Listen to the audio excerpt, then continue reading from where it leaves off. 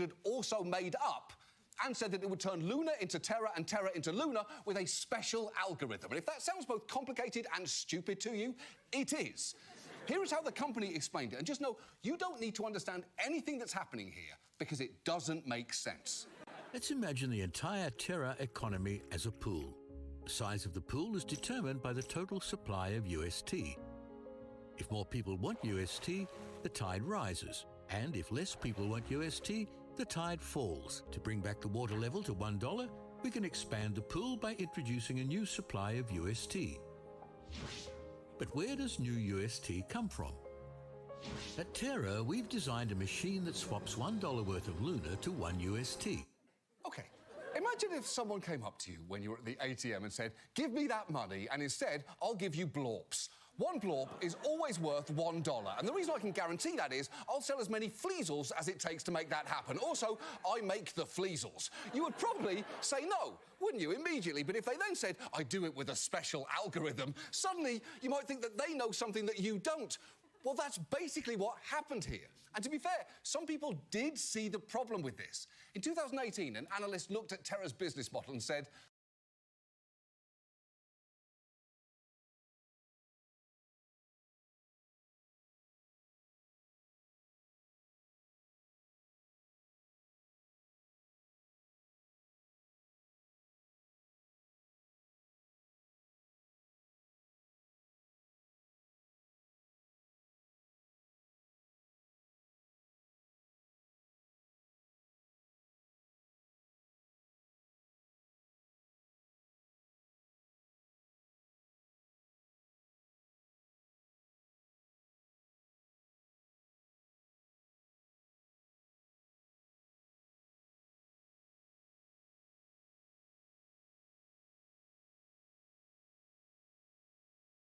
this is crazy.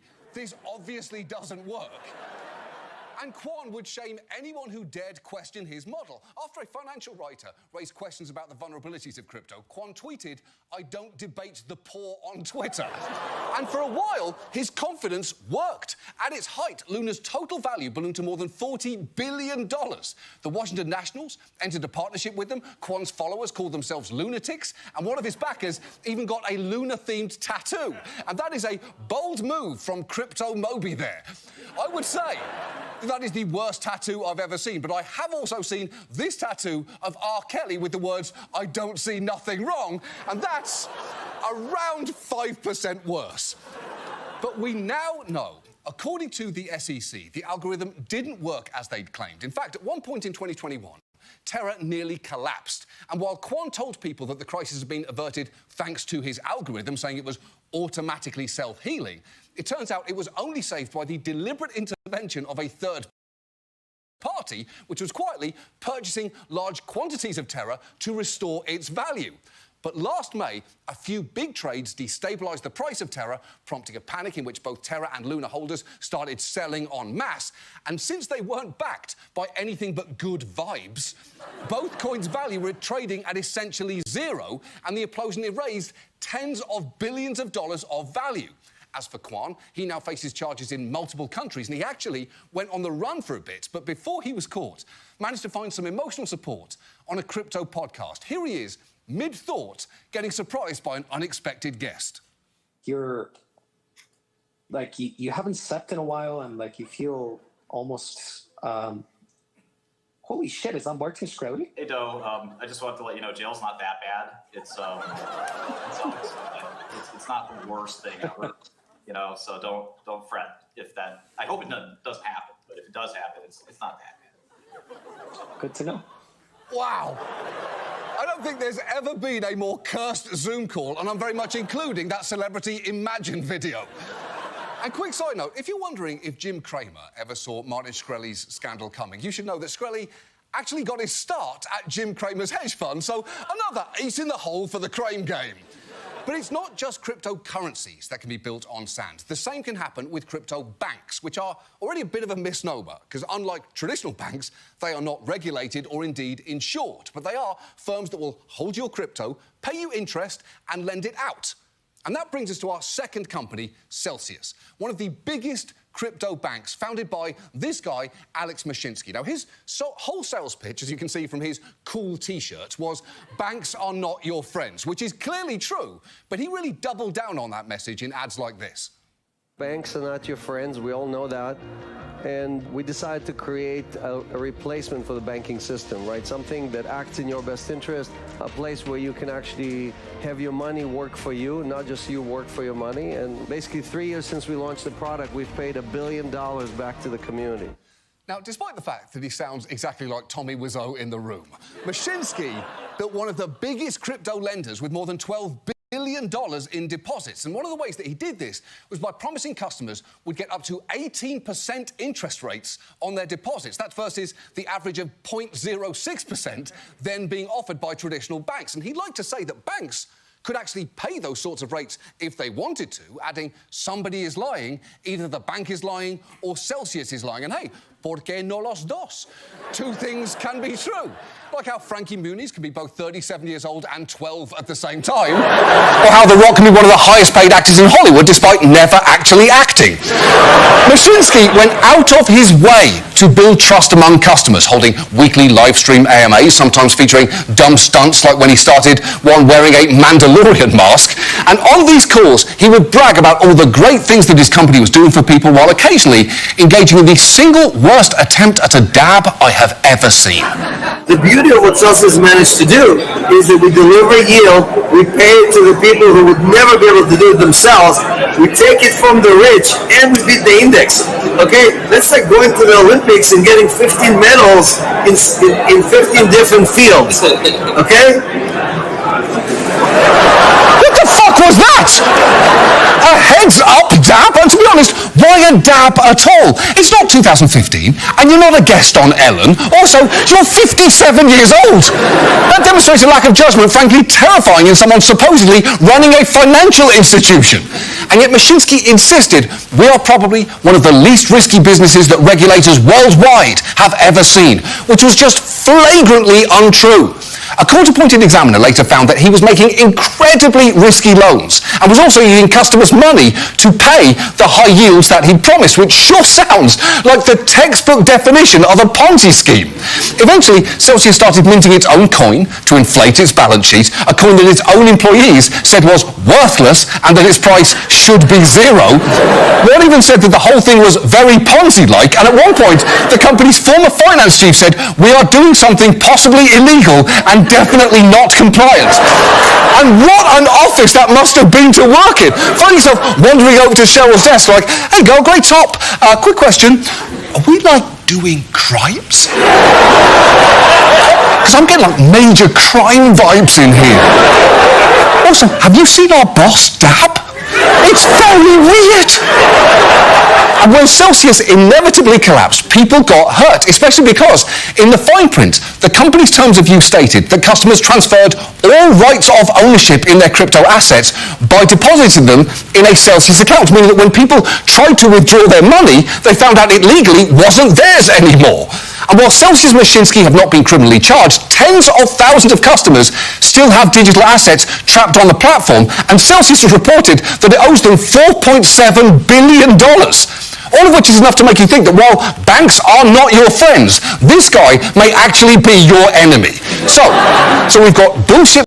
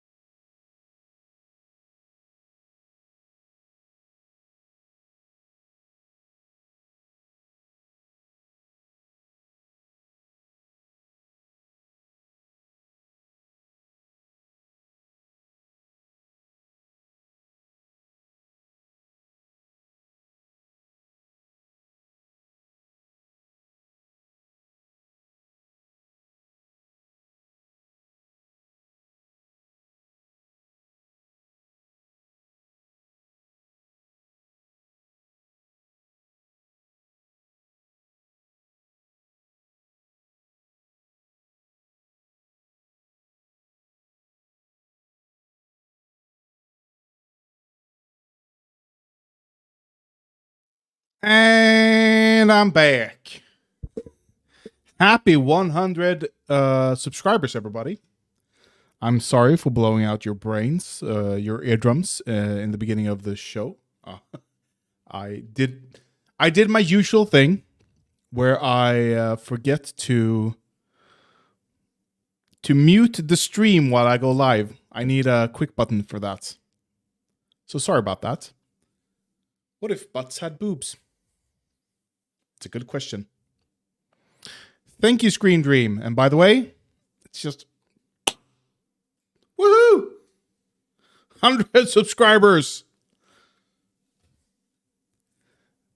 Why are they sticking together? Thank you, Socialist. By the way, today I realized what your name actually is. It's not social lust. It's socialist, as in socialist.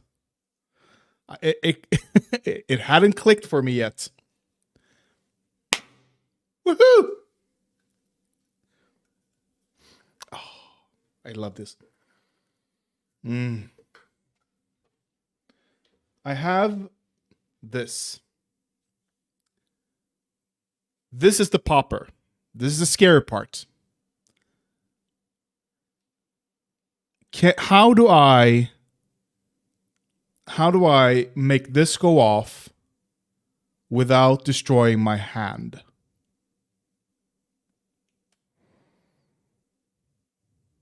It's no problem, Scream Dream. Have fun or not, wherever you're going.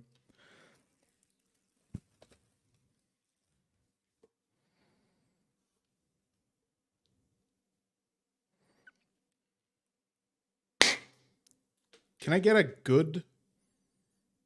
Oh. Okay, I only have one more. I'm going to save it. That's a usual way to pick a name, actually. I think lots of people do that. Just finding something that rhymes. Okay, I've officially destroyed my desk. I'm not gonna pop some champagne for 100 subs. I'm keeping it small. I've got my paper crown fit for king or queen. Actually, this is more a queen crown, I suppose. I'm not gonna pop some champagne. I'm not gonna do. I was wondering if I should buy like 100 balloons with 100, but I'm like, no. I'm gonna keep it small. It's not going to be lavish. It's not going to be extravagant. Can I get more in focus? I feel like I'm out of focus here. That's better. Thank you, Scream Dream. Your service is duly noted.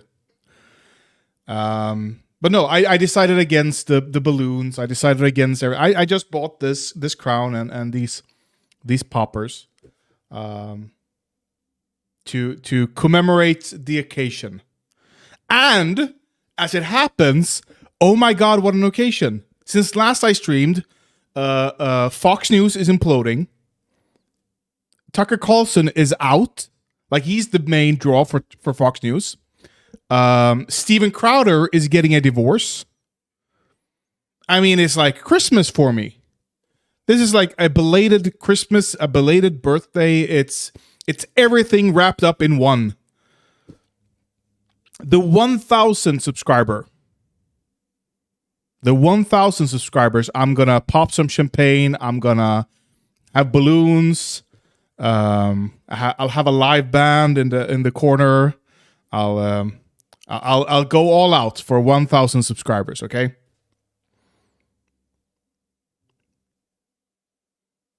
Oh, Matt Walsh. Is Matt Walsh a pedophile? I don't know. I'm just asking a question. Is he a pedophile? I've heard rumblings about him being a pedophile. Is he a pedophile? He might have something on his phone. Do we know if he has something on his phone? Can we confirm if he has nothing on his phone? No, we cannot. He might be a pedophile.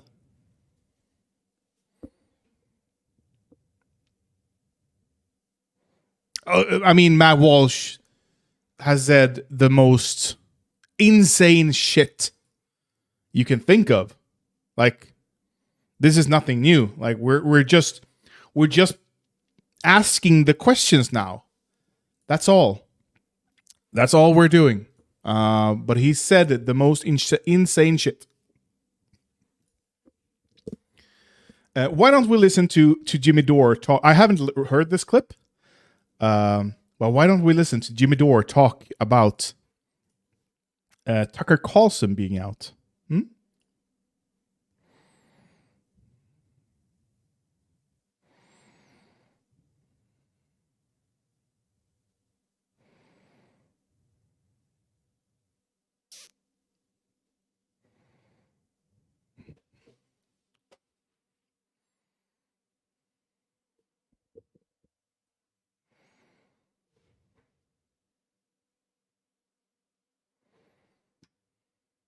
Yeah, and he's, oh my god, I'm so sorry.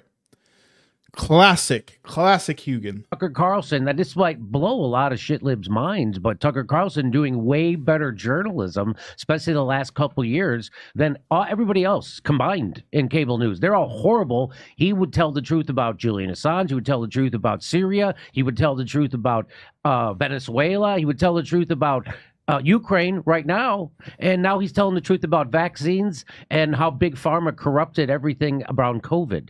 So yeah, classic leftist.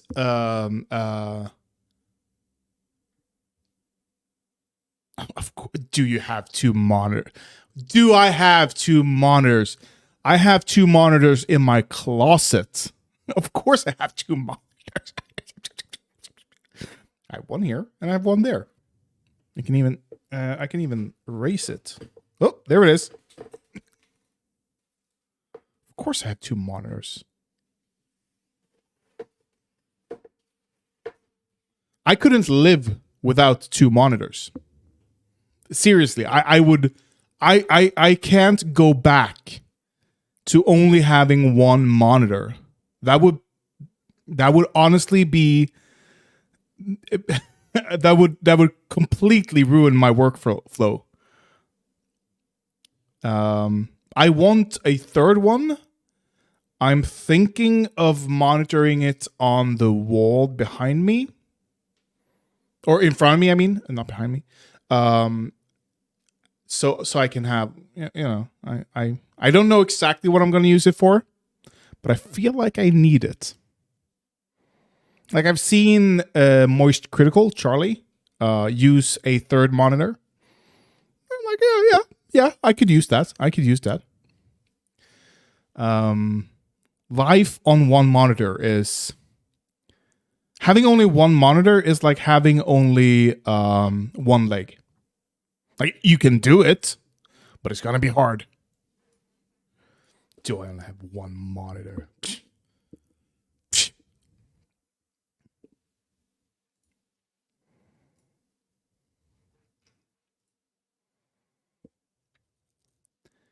Why don't we, especially to pull up content, doing any work, honestly, that isn't just typing, you kind of need dual monitors. Yeah, my ADHD, I need a second monitor to have media on, so I can game and I can listen to whatever they say. It's not good for you, but I wouldn't live without it.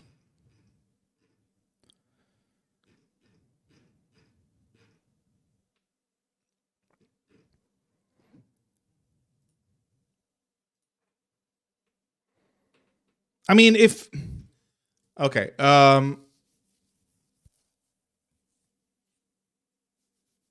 the issue is when you have dual content, your brain is not going to be able to focus.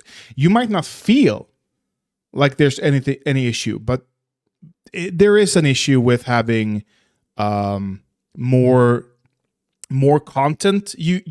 Humans aren't good at multitasking. You might experience like you are, Like, I feel like I am amazing at multitasking, but I'm not. I know I'm not. But I use media as a background noise to keep myself focused. Having ADHD, you need to find coping mechanisms that helps you stay focused on the task you want to stay focused on. And a good way to do that is to have white noise in the background. The issue today is that my white noise, the way I use it at least, is interesting noise. So I'm unable to actually focus on the thing I should be focusing on. A good way to actually, what you should actually be listening to is either just white noise straight up. White noise.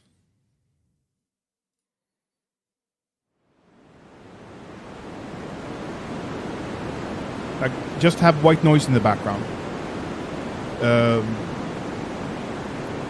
The issue with today's society is we're too good at blocking out the outside world. We're not hearing the outside. Okay, this is 10 hours.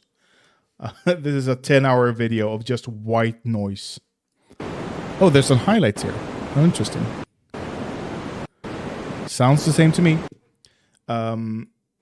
We're too good to block out outside noise from our existence, so we're not really getting, like, when we evolved, we had the jungle noises, we had birds, we had rain, we had all of these that kept the mind focused, that helped us keep our focus, like nature noise, yeah. It helped us keep focus on the task we're doing, especially people with ADHD. The modern world is too good at blocking all that out. So having something like that in the background, or honestly, listening to foreign music in a language you do not understand is a good way too. There is ADHD music specifically that introduces like some random events in it. It doesn't work for me that well. I haven't found anything that really satisfies me enough to where I'm able to focus on the things I should be focusing on. That might just be a skill issue for me. I might just need to try harder. I don't know. But yeah, so all of these are good ways to manage better than to have like a YouTube video or honestly a podcast or anything in the background. Just straight up noise.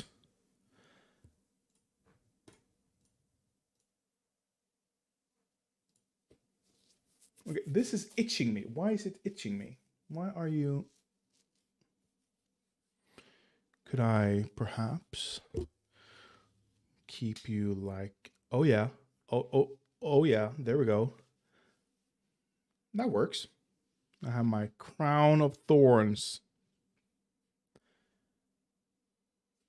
Thank you. It doesn't feel fast, but I guess it is.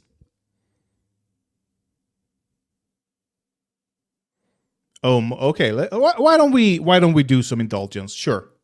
Why don't we do some indulgence? Analytics. Lifetime audience.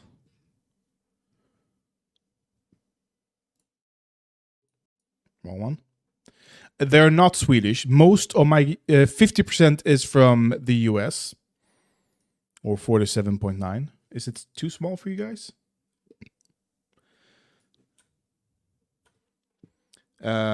Sweden is down here at 2.2%. For live, I'm guessing. Okay. So, I mean, I stream in English. I talk about, I mean, half my content is on online American culture, I believe, because that's the type of content I consume. So I'm not surprised. It's mostly Americans. No subtitles. Interesting. Why does this even come up? Okay. I have 15.6% female. That is more than Ameriboos. Yeah, I am an Ameriboo. I blame my American mother for that. 15% female. That's more than I would expect. We have mostly 25 plus. But I guess there are like 1%, 1.5% under 18s. And then we have 3.7% 65 plus.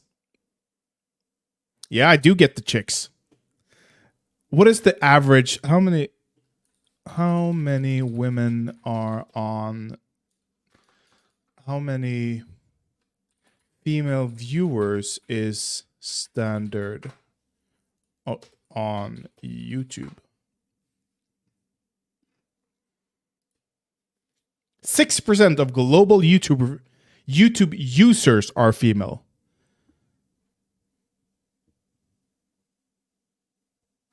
That can't be right. 6% of YouTube users in the US are male.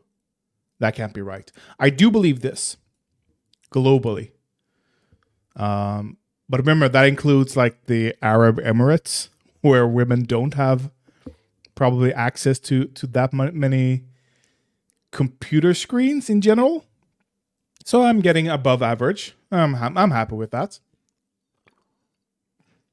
But yeah, we have my spikes. My first spike was for the Ana Kasparian one. Can I get some?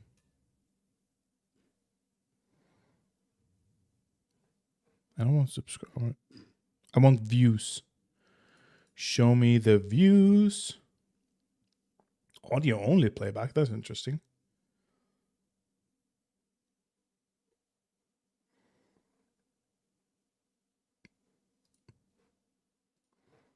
Okay, let's zoom out. Why is it not showing me?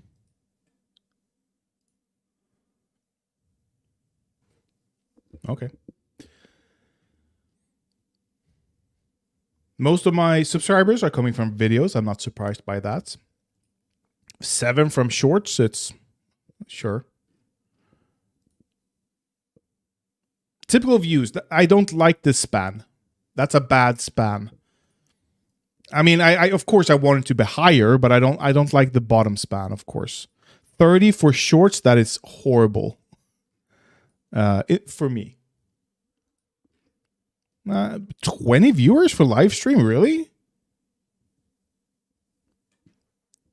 Wait. What? What is this? Are people going back and watching the videos afterwards? 146? God damn, 155? What is this? I had no idea. I honestly had no idea. I assume most people didn't watch the live stream and just watched the videos, but apparently not. That's nice. Thank you. Thank you for that.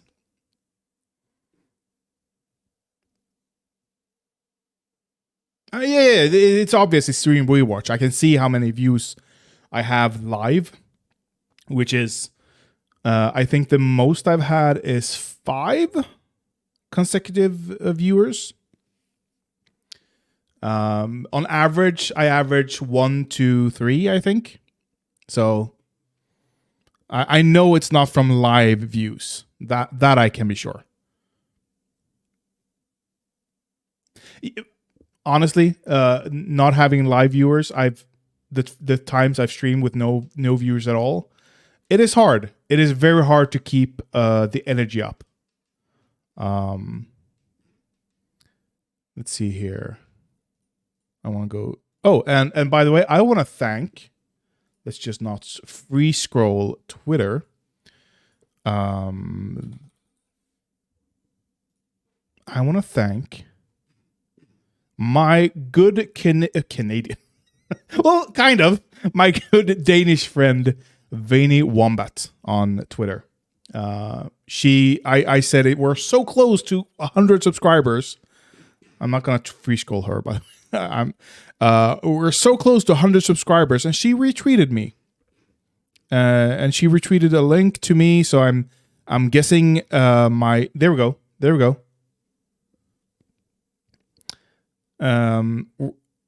She retweeted me, and I think a lot of most people that subscribed to me in the last few days came from that, actually.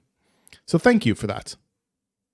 And speaking of, she just retweeted me again. Damn, is she desperate.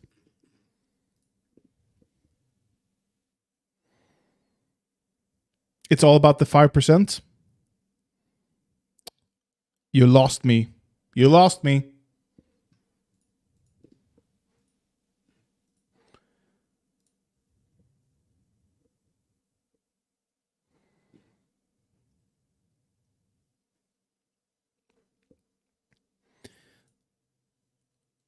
Can I not single it out?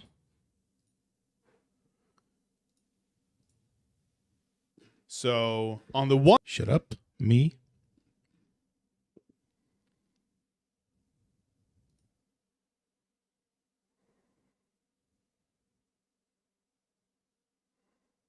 Oh, okay. I mean, I wouldn't be quoting Trisha as a source of authority on anything. 5% is everything. But yeah, it sounds like a Trisha quote. Means nothing.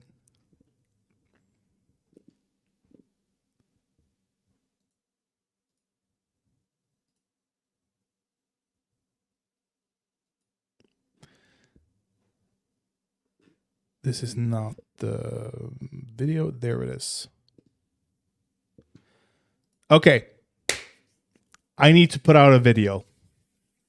So we have to move on from my indulgence in my Paper Crown accomplishments.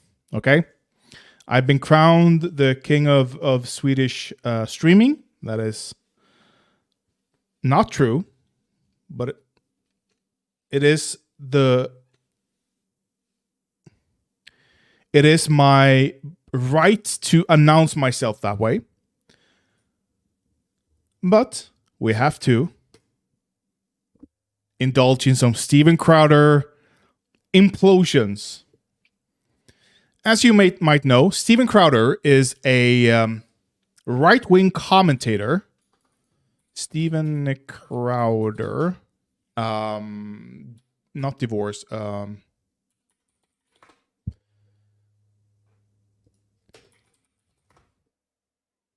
No. Yeah, here we go. In 2015, Steven Crowder penned this article on Fox News, an opinion piece. I thought, why don't we start here to see where this marriage began? And then we can go into where it ended. And where it ended is obviously down the drain. He's getting a divorce. And the best way to commemorate a divorce is to look at how it started. As anyone who reads my abstinence column, yes, he had a column for abstinence. Is it still available? Okay. Why not having sex might be good for you. Okay, virgin boy. Okay. Here at Fox News Opinion, anyone who read my abstinence column here at Fox News Opinion could guess my wedding is something that I've looked forward to for quite some time. I bet you did. Hey, Blaze. After having tied the knot at the end of August, I can now say beyond all shadow of a doubt that it was everything I'd hoped and prayed that it would be since childhood. Since childhood. Have you ever heard anything gayer than that? Like, dude, you were a virgin. You're of course you've thought of it since childhood. You driving diving into incels today. I thought you said I'm driving into incels. I guess so. Steven Crowder is about to be an incel, or he has been for a while, I guess. After having tied the knot at the end of August, I'd also prayed, that's bad writing, to be bitten by a radioactive spider and develop sticky hands, but I was an idiot. I bet you he has a lot of sticky hands right now. Let me preface this column by saying this. My wife, I have to get used to saying that, I not only waited sexually in every way, no, we didn't pull the Bill Clinton and technically avoid sex, but we didn't shack up as live-ins, and most importantly, we courted each other in a way that was consistent with our publicly professed God, is he bad at writing? I feel like it's not me being bad at reading. I'm not adding to the article here. But man, is he bad at writing? Pull quote? Is this like either he's redacted something or it's old formatting that's no longer supported for some reason? Okay. Feeling judged, I couldn't care less. You know why? Because my wife and I were judged all throughout our relationship. People laughed, scoffed, and poked fun at the young, celibate, naive Christian couple. Yeah, you were naive. You should have shacked up beforehand, so you knew that the relationship would last. We'd certainly never make it to the wedding without stooping. And if we did, our wedding night would be awkward and terrible, they said. Turns out that people couldn't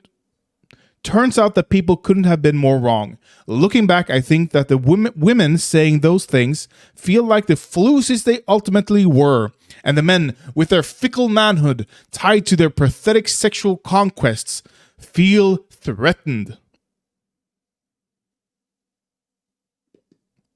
Like, I want the blinking noise. Ding, ding, ding, ding.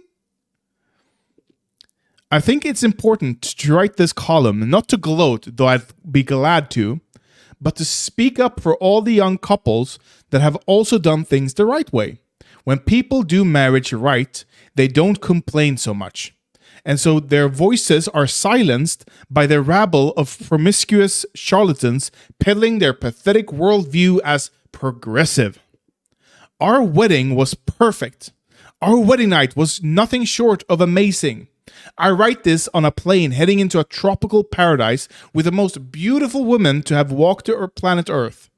I know everybody says that their bride was the most beautiful in the world. They're wrong. I win. Like, God, can he be more pathetic? Just you don't have to say everybody else is ugly. You don't have to say that. You don't have to. It's completely unnecessary. Just say the most beautiful woman to have walked the planet Earth. Period. That's fine. That's a subjective opinion. Leave it at that. You don't have to make some objective statement about all other women. I like to tell you a story of our morning after, however. Dude, are you good? Dude. One that transpired into one of the most glaring epiphanies I'd ever had. That sex is great and you shouldn't have waited. As my wife, again, still not used to that, and I ate breakfast. This guy claims to be a comedian, but any comedian worth their salt would realize you don't write this. Everybody knows that. I'm not married, and I know that people feel that way. You know why? Because I had to become sambo? What's that called in English? Where's Screen Room when I need him? Partner? We moved in together, and in Swedish we call that sambo. It's a different word than just couple. And it took some time to get used to it. So everybody worth their salt, any comedian worth their salt would realize this is just bad writing. As my wife and I ate breakfast at a local inn, we discussed how excited we were to start the rest of our lives together. How scary it was that everything was now so different. Yeah, that's why you move in together before you get married. At the same time, we overheard the table next to us discussing their very own wedding from the night prior. What a coincidence. Quick question. If your boss found out you knew a second language, one that is little known, do you get a raise? I asked my friend from Germany and Netherlands. Interesting results. Not necessarily. No. Depends on the work I do, I guess. If I'm a business, if I do international trade, yeah, maybe, perhaps, or I might get better clients at least, or more high paying clients, stuff like that, which would equal a raise in the end. But not automatically, no. I'm guessing Germany and Netherlands have that type of structure. Like, I'm a little sad. Okay, let's divert from this article. It's almost done, but let's divert from it. I am a little mad at Sweden for being so good at English. Like, a smidge. Because I imagine a world where English wasn't as well understood in Sweden as it is today. Because in that world, I would have a fucking corner office overlooking Gothenburg or Stockholm or Malmö, and I'd just be, I'd be the translator to a CEO or something, you know, or I'd work at the UN or something. You know, like if it's a highly sought after skill. What the fuck is going on with my hair? If it's a highly sought after skill, then I can just name my price. But it's not.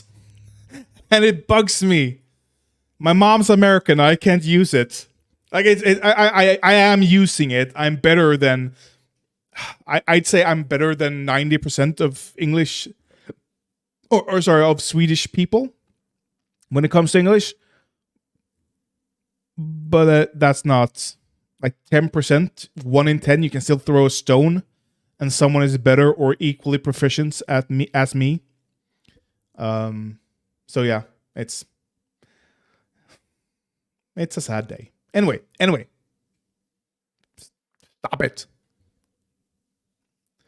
What a coincidence. The thing is, nothing really changed, the bride said. Puzzled, my wife asked. Did you get married last night too? So did we. Congratulations, the other dame said. Yeah, we did. Just last night. Where's the groom, my wife innocently scratched that, naively asked. Oh, he's sleeping. There was no way he was coming out with me this morning. She paused and smirked. Let's just say that he's got a lingering headache from a really good time last night. My heart sank. Firstly, that poor schmuck's good time was simply getting snookered. Snookered? Not enjoying the company of close family and long-lost friends. With a clear head and clean conscience, not staring in awe at his beautiful new wife, wanting to soak in every glimmer of her eyes as she shot him heart-racing looks from across the dance floor, not taking all of the cheesy pictures as they cut the cake, not even carrying her across the sweet threshold as they nervously anticipating their nightcap. He probably won't remember any of it. Instead, he got smashed. He was that guy at his own freaking wedding. Dude, why the shaming? He was nervous probably. He's getting married. Like, even if you live together, getting married can still be a big deal. Like, it's not a lifelong commitment, but it's a judicial commitment towards another life. And that can be intimidating. Give the man some break. Then I realized something. Our wedding was truly a once-in-a-lifetime event. Yeah, because nobody does that anymore. It was a God-honest celebration of two completely separate lives now becoming one. Physically, emotionally, financially, and spiritually, everything that made us who we were individually was becoming what bond us together. Our family traveled from far and wide, celebrate the decision of two young people to truly commit themselves to each other and selflessly give themselves to one another in a way that they never had before that night. Oh, by the way, this couple, probably still together. No divorce there. No. Give themselves to one another in a way that they never had before that very night. The people next to us that morning, well, theirs was just one big party, and the morning after, just another hangover. Our weddings were the same event in name only. They know it, and we know it. Talk about smug. Do yours the right way.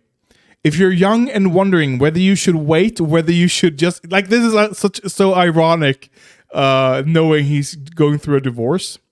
Whether you should just give in, become a live-in harlot mimbo. Like, is that a man bimbo, not a himbo? And do it the world's way. If you're wondering whether all of the mocking, the ridicule, the incredible difficulty of saving yourself for your spouse is worth it, let me tell you without a doubt that it is. Your wedding can be the most memorable day and night of your life, or just another party. Oops, did I just make a judgment? You're darn right. Darn right I did. Darn right. Oh my God, he's such a little dweeb. And this smugness. Oh yeah, I'm better than you. We did it the right way. Fuck you, Steven Crowder. Fuck you. When I was younger, as a young Christian lad, and even then, I didn't think this was a good idea. Even when I was a religious nut job, I had friends in. Okay, so let me just. In Sweden, we have what's now called the state church. It used to be the state church. It's no longer the state church because the state and church have separated. Finally, thank you. It happened like when I was 15, 16, something like that. And because of that, we had what's called free churches, which is just different denominations of Christianity that doesn't conform or not part of the state religion, you know? So in these free churches, we have missionaries, we have all kinds of denominations. I can't remember all of them. Have you seen the video of Fetterman talking about his depression after his stroke? Don't mean to derail. It made me tear up a bit. I have not, but I support my king. I can, if you tear it up, I'm gonna be bawling. I do not have a heart to watch stuff like that, especially not on stream. Not yet, at least.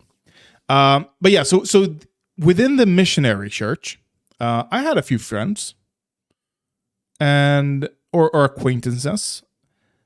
And a few of them got married really young. Like, oh, they're 18. Time to get married. You know why? Because they were virgins. They were dweeby little virgins. And you cannot, at any point in your life, have sex without being married. That was what they preached. That was what they lived after. Or lived by. And it's fucking stupid. You know why? Within 5 years, all of them were divorced. Now, I would purport that divorce, if we're gonna rank different sins on a scale, we have murder quite high up there, rape quite high up there, divorce higher than having sex, period. Absolute, much higher than having sex.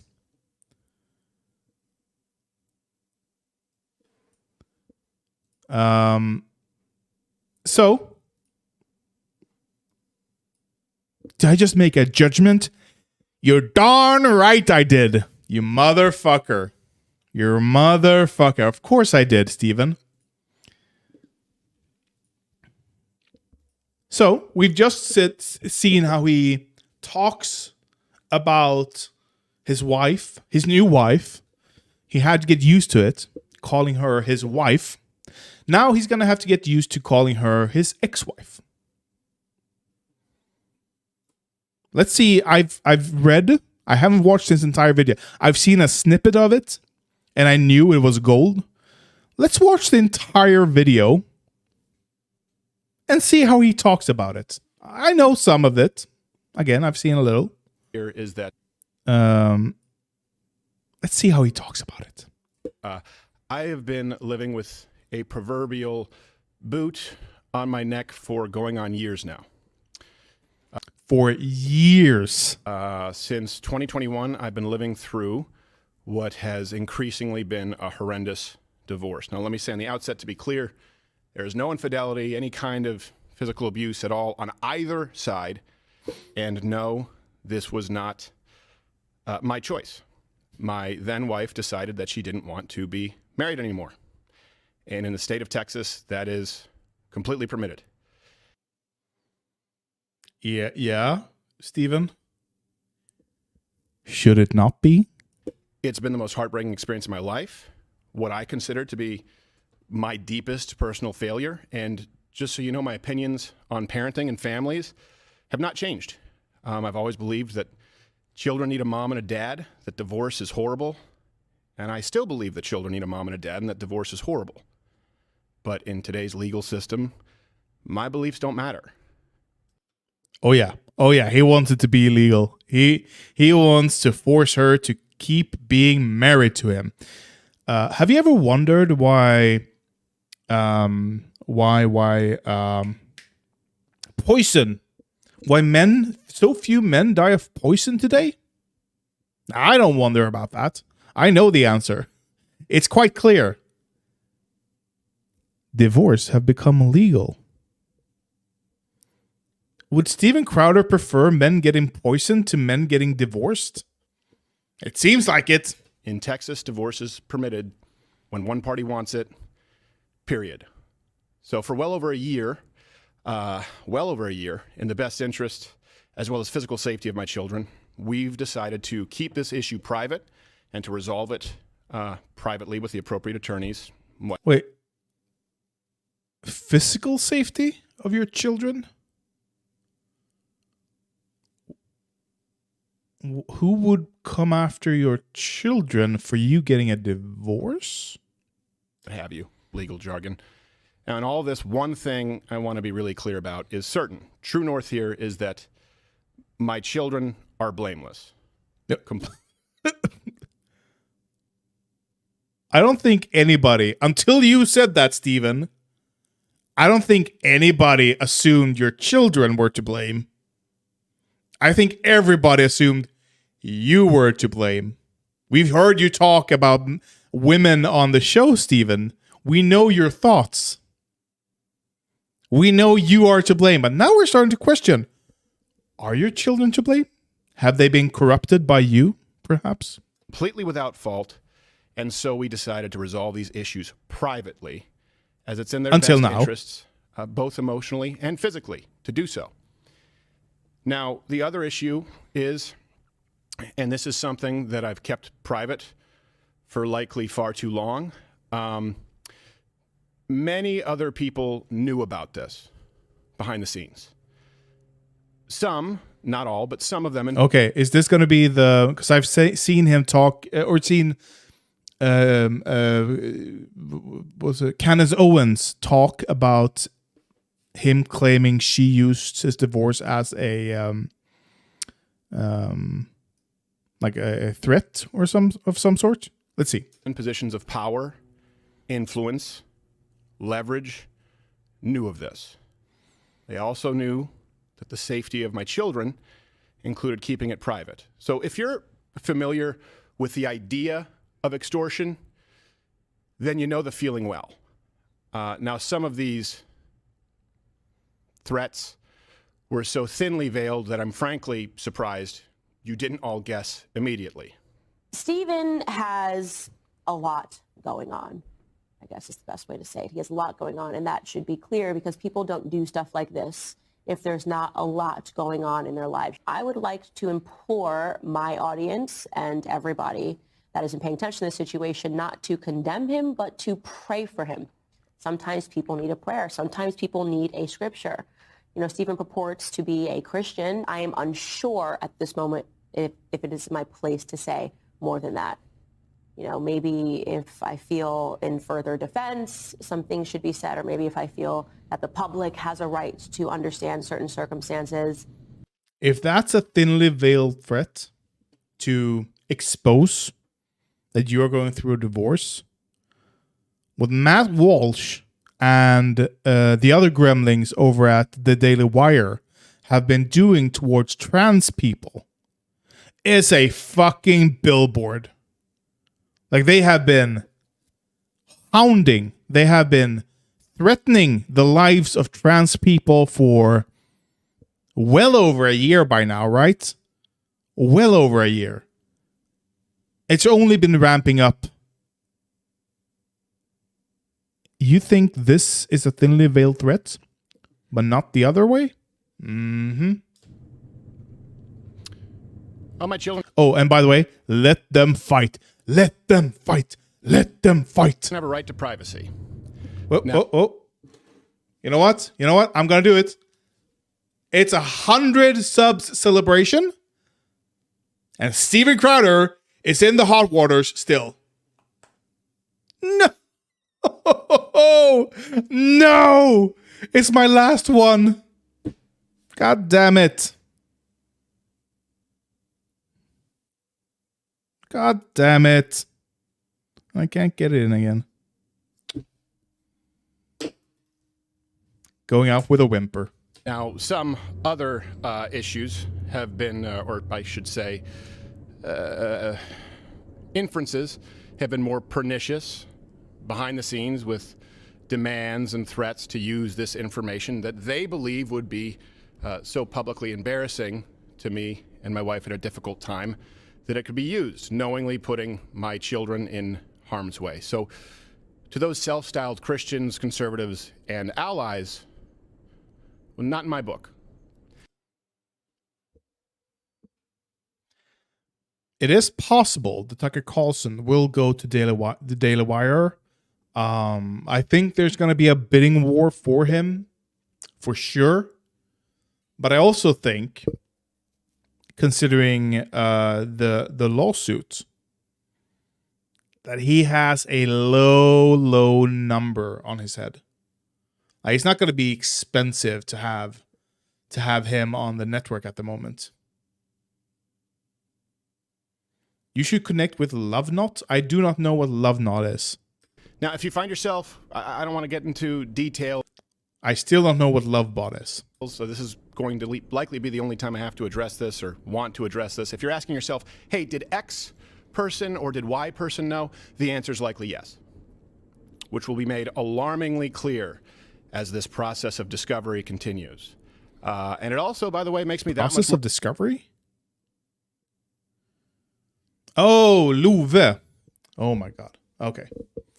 I'm too small. I'm way too small for him. At the moment.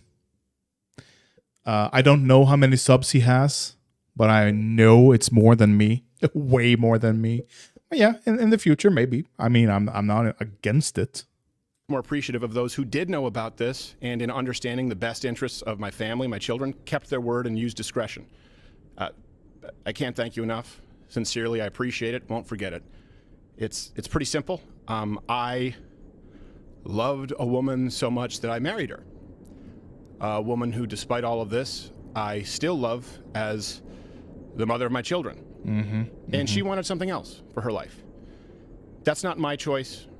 She simply wanted out, and the law says that that's how it works. Now, of course, look. He is okay. If what Candace Owens was doing could be considered threatening to expose him going through a divorce, what he is doing right now is exposing his belief of a Christo-fascist theocracy. I think if divorce wasn't around, Crowder wouldn't be around. Yeah, exactly. He would be poisoned. His wife would have poisoned him. Simple as that. Divorce saved Crowder's life. I get it. There are multiple sides to every story, but one thing that is undeniable in this case is that it's no one's fault but my own in that I picked wrong. And that's certainly... I mean, technically, he picked wrong. Sure. But I mean, so did she. I can't wait for the tell-all to come out from, what is it, Laura Crowder, I believe? Oh, I can't. This is going to be so... I can hardly take it, you know. My stomach is going to be full. My heart is fluttering with anticipation. Not the fault of my children. And I will say that what's in the best interest of my children is not internet drama, speculation, certainly not blatant or veiled shakedowns or dragging their father or mother. Why? And I can't be clear on that enough. Or their mother through the mud. And to anyone who tries it, Stephen, I'm no longer going to pacify, capitulate, or sidestep because I love them a whole lot more than I love you. And I will continue to do whatever is necessary to protect my children. Discussing the divorce any further on social media or on this show. Or so is he talking to left-wing or right-wing people, do you think? Now, I know he's not talking about the left wing, because the left would never, ever go after his children. The right, however, they might. Or in any public space is not what's best for them. I'll be handling this through the proper legal avenues and channels available as a matter of record in which I have more than full confidence. So I'd ask that you understand the need for and respect our privacy in what is obviously a pretty tough time. And I hope that none of this has to go any further than that. My God, is he bad at this? He's talking about the right wing. I don't just think it's the Daily Wire and Candace. I think he's talking up to the entire right wing media. He's going through a divorce. He obviously had a the right currently are Christo-fascists in America. The right media is extensively Christo-fascist in nature. They do not like divorces. They will hound his wife for wanting a divorce. They will attempt to make sure his kids gets in the care of Crowder rather than the mother. They do not like divorce, Blaze. That is nope. But it's interesting. Of course, he will go through this is the most obvious end of his marriage that I've ever seen. Divorce, of course. Have sex with your partners, live with your partners before you move in, before you tie the knot. Know that you are compatible. Like, yeah, it's the leopards eating face party one. Oh my God. And now the leopards are eating my face. Oh my God. Who would have seen it coming? Someone once said, I believe it was a female rapper I heard it from. I can't remember who. But it was back in the 2000s. And it stuck with me. And she said, when sex in a relationship is good, it is an extremely small part of that relationship. When sex in a relationship is bad, it is the only part in that relationship. So marrying someone without knowing if you are sexually compatible at all, that's going to be hard. That's going to be hard on you. That's going to make you kind of destined for a divorce. Because you've never gotten to experiment. You've never gotten to fulfill any fantasies you have or anything like that. And all of a sudden, okay, so the main fantasy you have when you get married, if you've never had sex, is having sex. Oh my God, I get to finally have sex. Oh my God, give me the pussy. You know, that's gonna be your, and then it's over in 5 seconds. Okay, a minute if you're lucky. And then you roll over, you go to sleep or whatever. But that's going to get tiresome. Like in a few months, in a year, you know what? I've the penis and vagina thing. Yeah, I've done that. What else is there? What else is there on the table? Oh, I'd like a BJ. Mm-hmm. Or if you're a woman, I'd like my taco getting eaten. Okay, sure. But what if your partner doesn't want to do that? Your friends are all talking about, oh, it's the greatest. It's the best. Your partner doesn't want to do that. That's going to be hard. That's going to take a strain. And I'm not even talking about anything crazy here. I'm not talking about anything that goes beyond a good Christian family, honestly.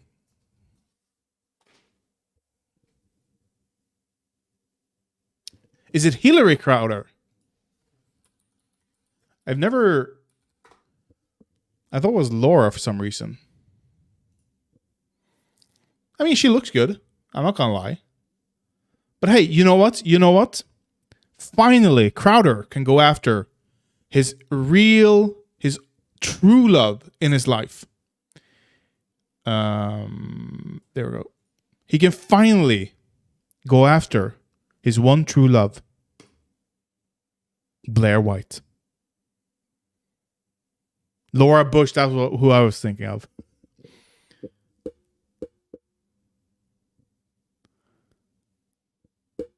No. He's gonna date. Like we've heard it, we've seen it. Blair White. No, Steven Crowder.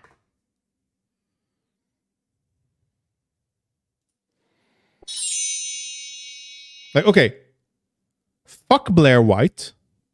However, like on the one hand, fuck her. On the other hand, this. What up? Welcome back to my channel. What 2 up? uploads in 1 week. What am I? A YouTuber? I'm pretty proud of myself. Definitely after this video, make sure you watch my previous video I uploaded yesterday. I did the 1000 gender drinking game with Jacqueline, and it's one of my funniest videos ever, so just give that a watch after this one. And also definitely leave in the comments if you're feeling my outfit. I definitely feel Yeah, do all this shit she's saying, okay? like a boxer about to go into a ring, very Rocky Balboa. Okay. Show for a while. It's not happening because everybody's talking about it and everyone's asking my opinion. And I also thought it'd be a good opportunity to answer a very frequently asked question as to why I have not been on Crowder's show for a while. You guys know I've been on probably 5 or 6 times in the past, so I will get into that as well. So quick catch up so that we're all on the same page. Enter Carlos Maza. Maza is a writer for Vox, a very, very liberal publication, which is fine. There are right-wing publications, there are left-wing publications. I will admit a slight personal bias against Vox because they have personally attacked me in the past, which I was not the biggest fan of that experience. That wasn't really the business for me. Maza recently pressured YouTube into completely demonetizing Crowder's channel, and oh my god, just get to the him as a drama. Let's be queer, highly offensive. I actually occasionally watch and enjoy. Said, you don't give a flying F about curators. You don't give a flying F about the social impact of decisions like this. I understand you're functioning within a corporation whose entire purpose is to make money off of your unpaid labor, but it's time for someone to grow a spine. Caitlin Burns says, I canceled my YouTube TV subscription over this, and so should you. Tyler Oakley, queer creators deserve better. We're at now on all is pulling out right now.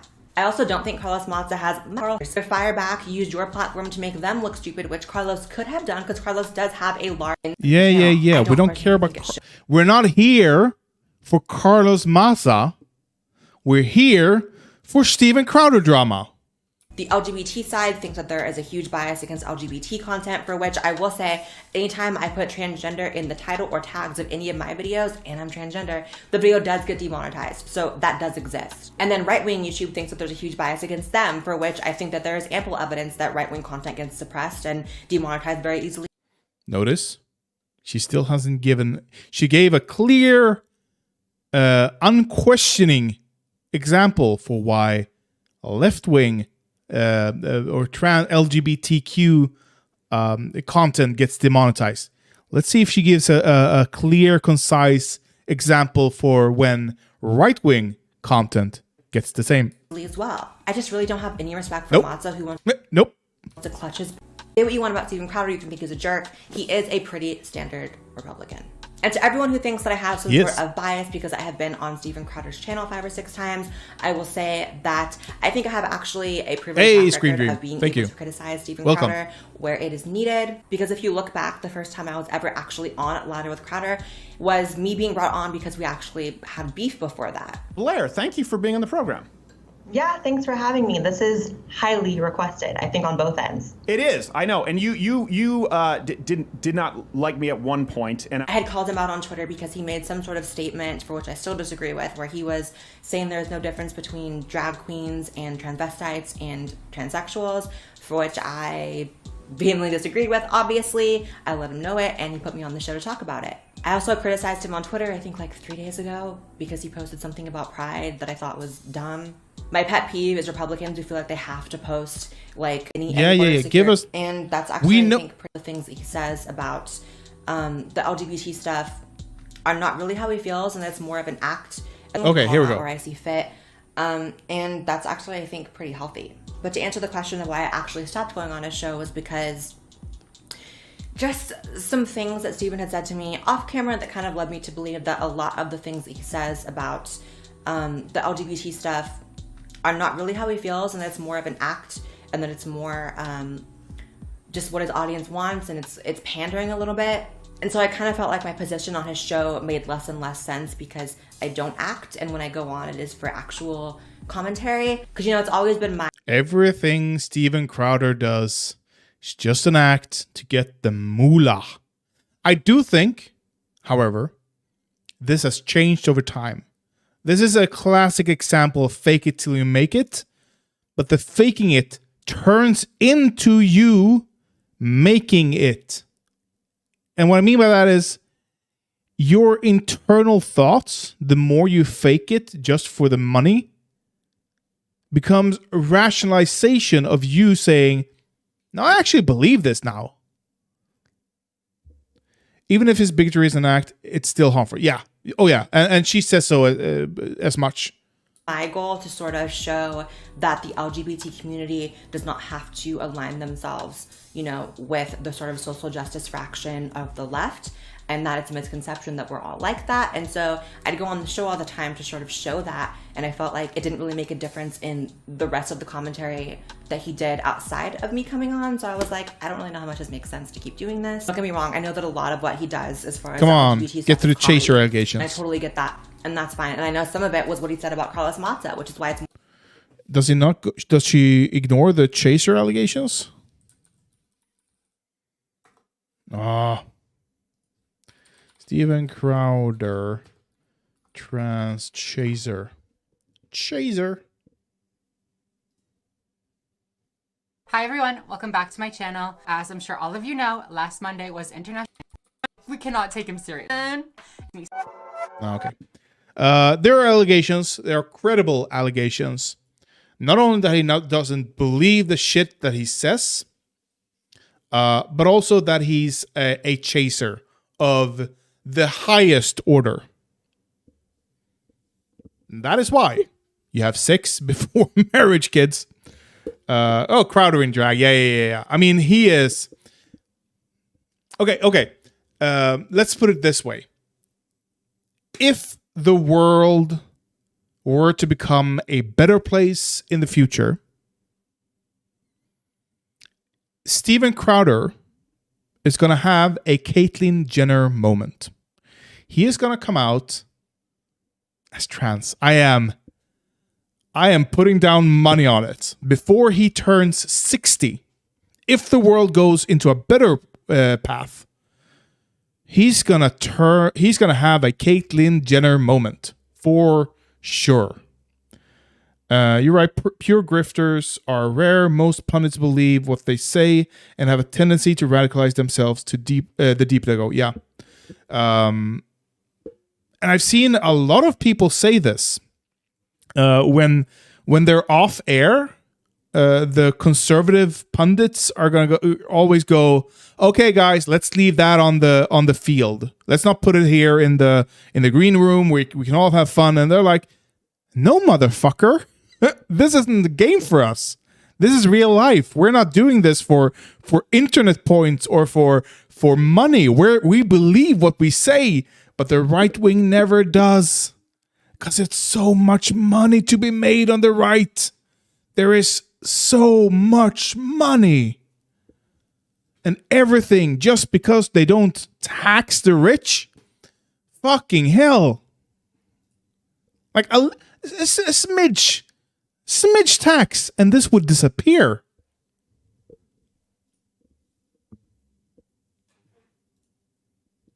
Crowder identifies as comedian but has never made me laugh. His divorce made me laugh. What are you talking about? Like, this is the funniest shit he's ever done. I'm guessing it's not the funniest shit that he's ever done, because it's actually technically his wife's doing. So, yeah, okay, you're right. No, he's never made me laugh. His wife made me laugh. Hard. I can't wait for Steven Crowder to start bad-mouthing his ex-wife's future boyfriends. Oh, that's gonna be fun. Like, every time I see Steven Crowder badmouth another man, oh, what if she's a lesbian even? Oh, that would be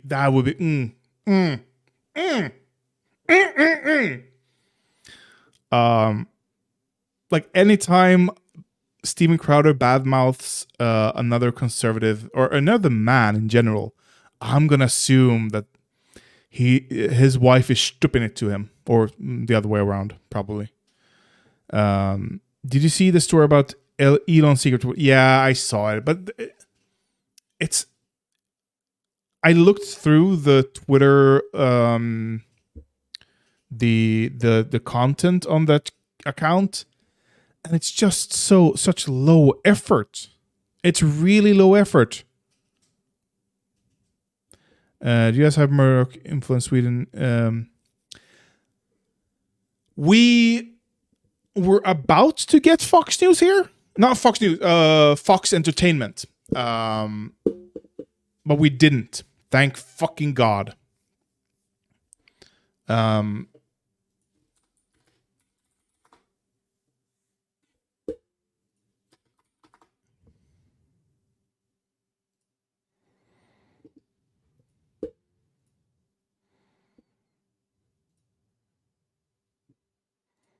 we go. Can we translate?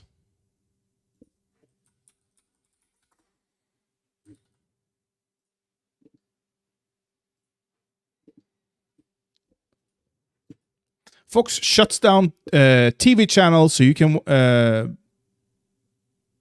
this is a bad translation.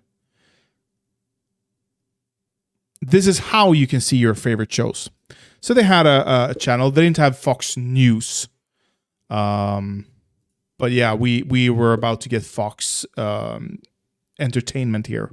Swedish alternative media is a lot more infested with right-wingers than traditional media. Yeah. Our alternative media is not just right-wingers, but I mean not just like moderates or liberals. And by what I mean by that is the actual parties, the Liberal Party and the Conservative Party. Not just them. It is infested with the far, far right. All of these channels that he writes up here, they are controlled wholeheartedly by the Sweden Democrats, the far right party. Maybe not Sweb TV. I have not heard of that. I mean, maybe, but I've not heard of it. But the other ones, completely controlled by the Sweden Democrats' far right propaganda. What the fuck is this? They are the. That's why I said the far right. They are the extreme wing of the extreme party. But I've not heard of Sweb TV, I have to admit. Though I'm not surprised I haven't. Let's just look at... Is this... Are they hosting it on YouTube? No, it seems to be their own hosting. But look at the views, 2.3K, 6.6K, 17K, 6.9, 9.5, 21K. These are not... Oh, recently added. Oh my God, hot. 21K, that's hot. Oh, they were banned from YouTube. I can't remember.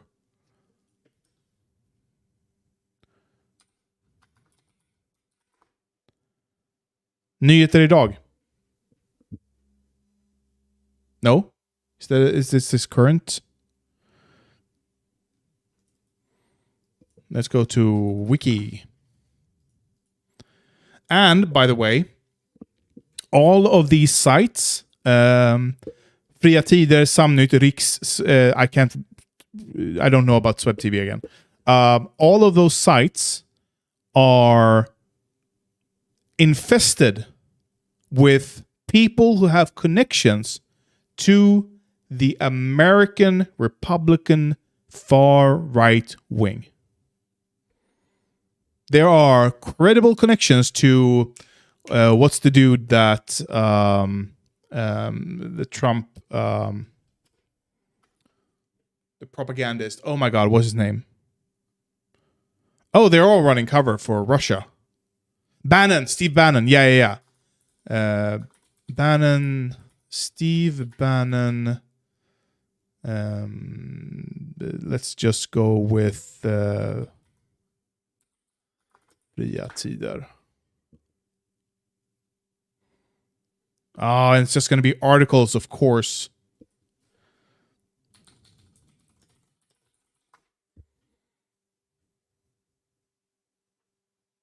What do we have here?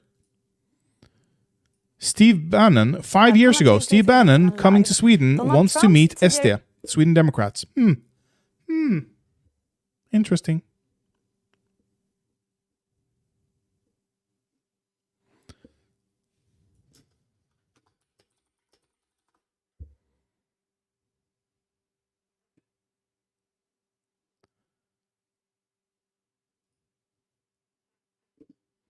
Anyway, yeah, they claim the far right claims to be nationalists, but all of their efforts are global.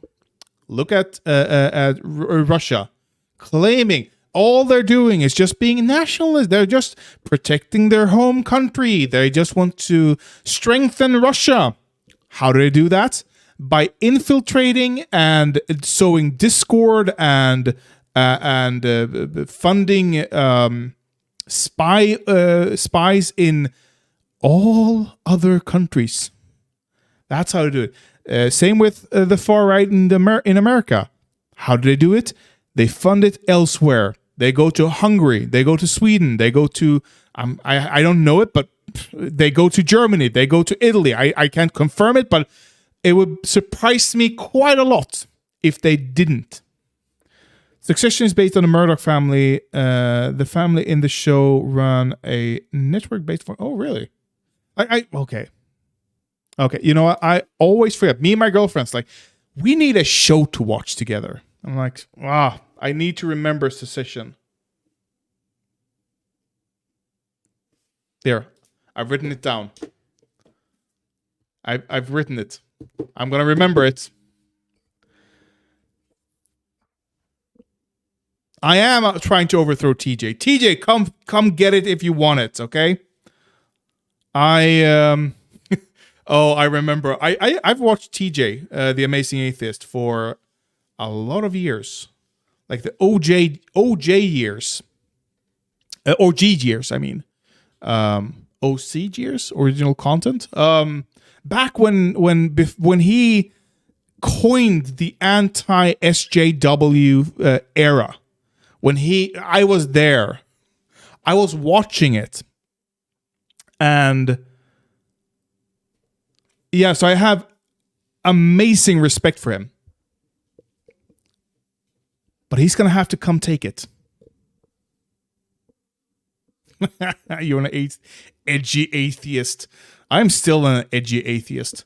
My girlfriend, she loves she doesn't love it, but she believes in the supernatural. I'm like, what's the difference between believing she doesn't like religion, but she believes in the supernatural. I'm like, okay, what's the difference between the supernatural and the religion? In terms of effect and in terms of beliefs, why should I respect your beliefs more than I respect their beliefs as an atheist? And she goes, well, it's not organized. As if that's gonna be the main crux of my issue. I'm not a pagan. I am an atheist. I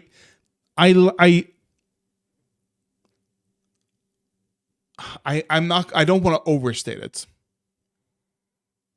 But to overstate it, I mourn the loss of the Viking culture due to Christianity.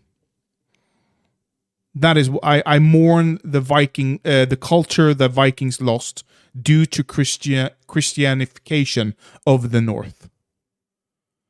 And I wish to bring some of that back. I don't like the religious parts. I'm not religious at all. You could call me an edgy atheist today and you'd be half right. Norse mythology is cool as fuck. And if you haven't noticed, there's yet to be any ice giants attacking us. Strange. Very strange.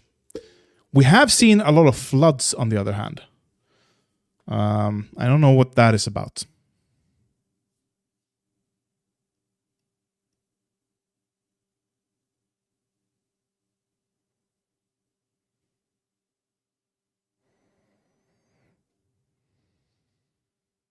Give me 2 seconds.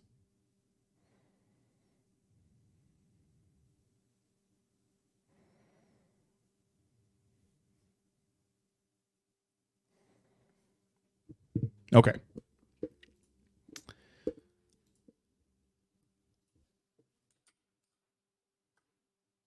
I'm going to minimize that. I'm going to do here. My theory is that the ice giants will descend from the North Pole if the ice melts. That's the main reason I oppose global warming. That's damn right. That's damn right. That is true. That's true. I can get behind that sentiment.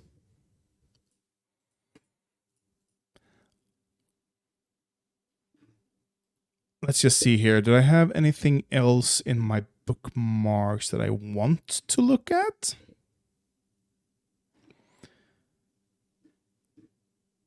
Why don't we do a quick system update from our good friend living in Brazil,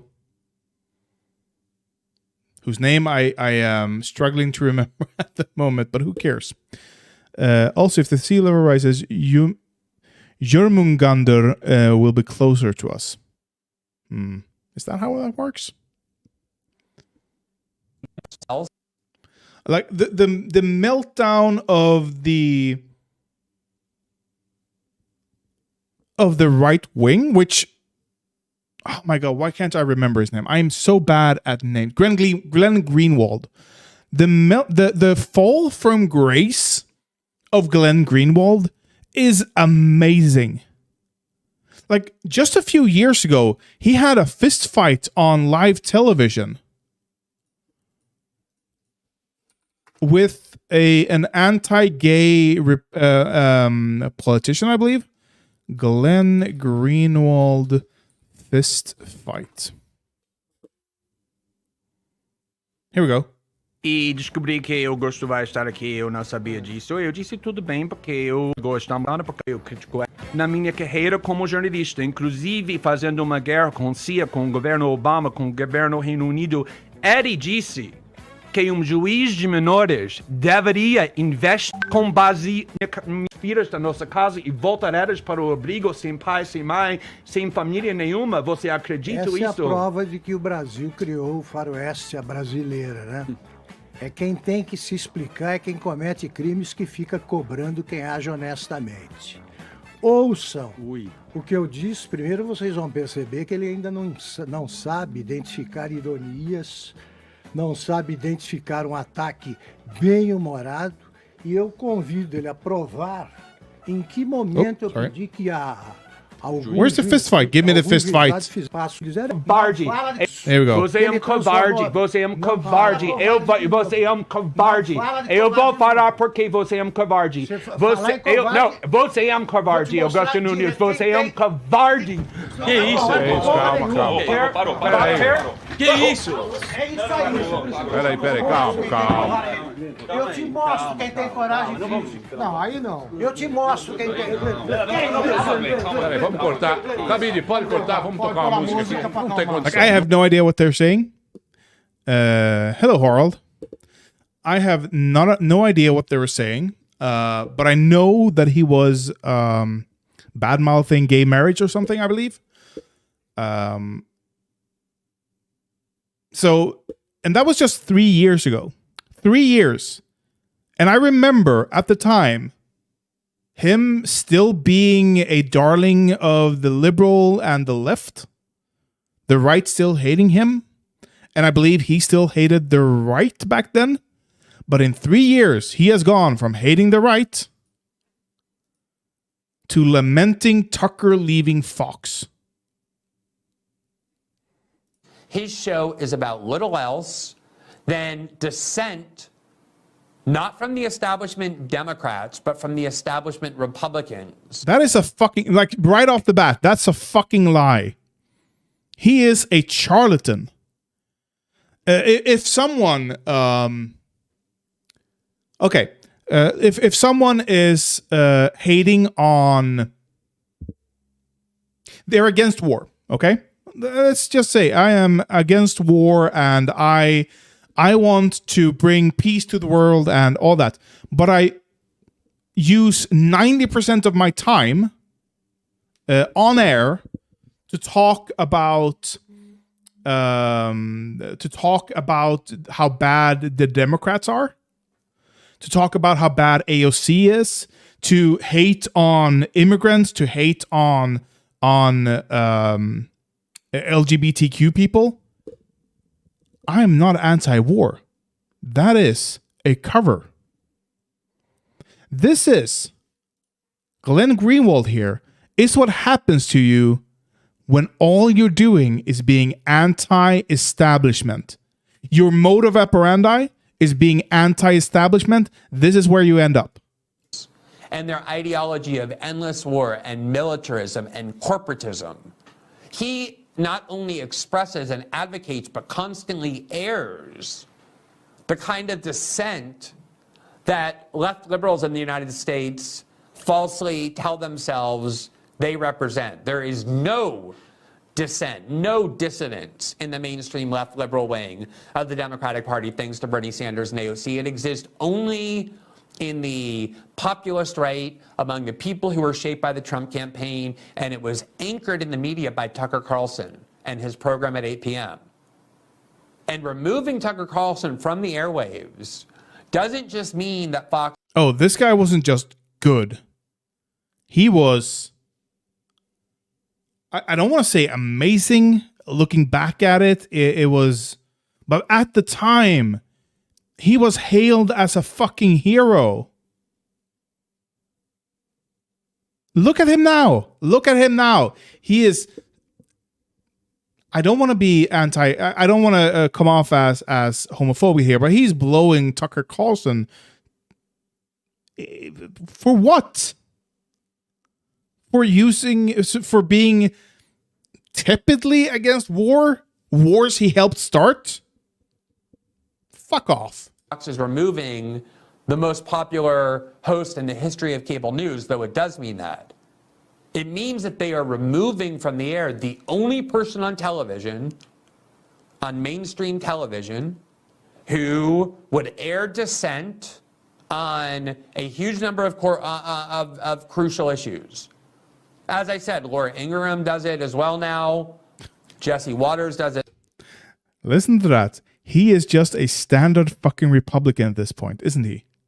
The Bernie or Bust movement broke a lot of brains. Yeah, it really did. It really, really did. That might be the... Bernie might have been, if he had won, he would have been the single most effective solidifier of the left wing. But because he lost, he broke the entire fucking shit. This is what happens when you become a cult of personality. The same goes with Trump. But Trump won. And that's why he solidified the entire fucking right. That sometimes a couple other people on Fox do it, but in terms of just relentlessly and intensely forming his worldview based on increasing levels of radical dissent from establishment orthodoxy, there is no one on television who is doing what Tucker Carlson was doing. And it is almost impossible to believe. I wonder why. I wonder, is there nobody on the left who's willing to speak about these issues? Of course there are. Of course. Throw a stone at a left-wing meeting. Go to YouTube and do a random video, and you'll hit upon a left-wing person saying the same things that Tucker is saying, but better. But better. The reason why nobody but Tucker got to say those things is because the media doesn't fund left-wing news.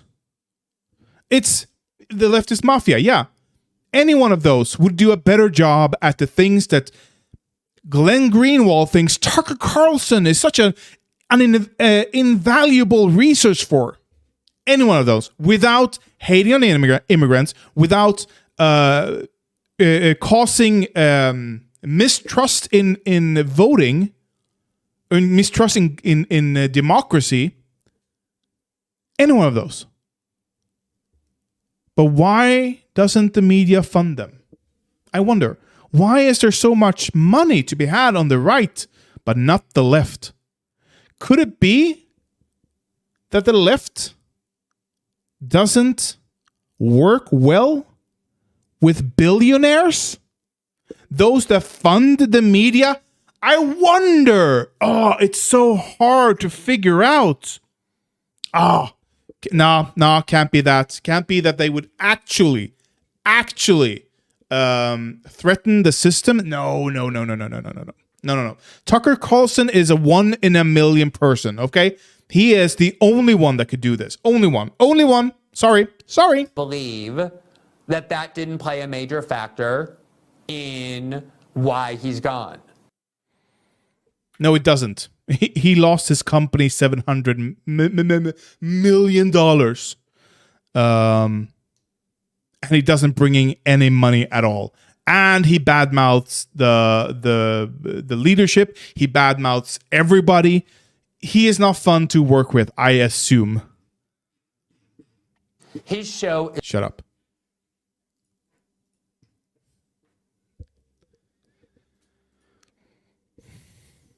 Last stream, I talked about the Uhuru movement in depth, and I talked about why they are being sent to jail right now, and I looked at Jackson Hinkle talking about this and dismissing the reasons why they are going to jail, which is taking Russian money. I just have to assume Jackson Hinkle is a bit scared of going to jail himself over taking Russian money. I have no proof of this. I'm just asking questions here. I'm just putting out my thoughts. Jackson Hinkle is probably a bit scared. Let's see how the people over at Jimmy Dore, I don't think it's Jimmy Dore himself. No, it's Aaron Maté. Let's see how he handles the Uhuru movement going to jail over this. I'm Aaron Maté, sitting in for Jimmy. Here with me, Chapolin and Americans comedian Kurt Metzger. And we are joined now by Nick Cruz. He is co-host and co-founder of the Revolutionary Blackout Network.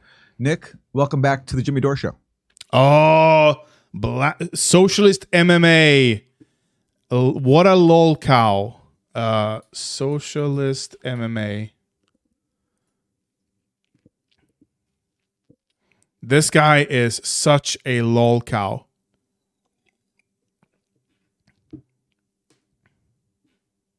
Wait, what? Get it yet? Get what yet?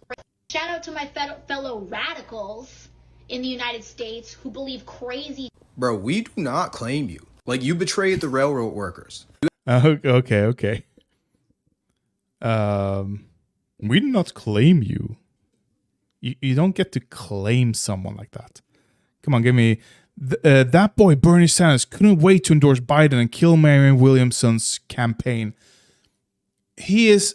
Again, why are you hinging all your hope on one person? Why are you doing that?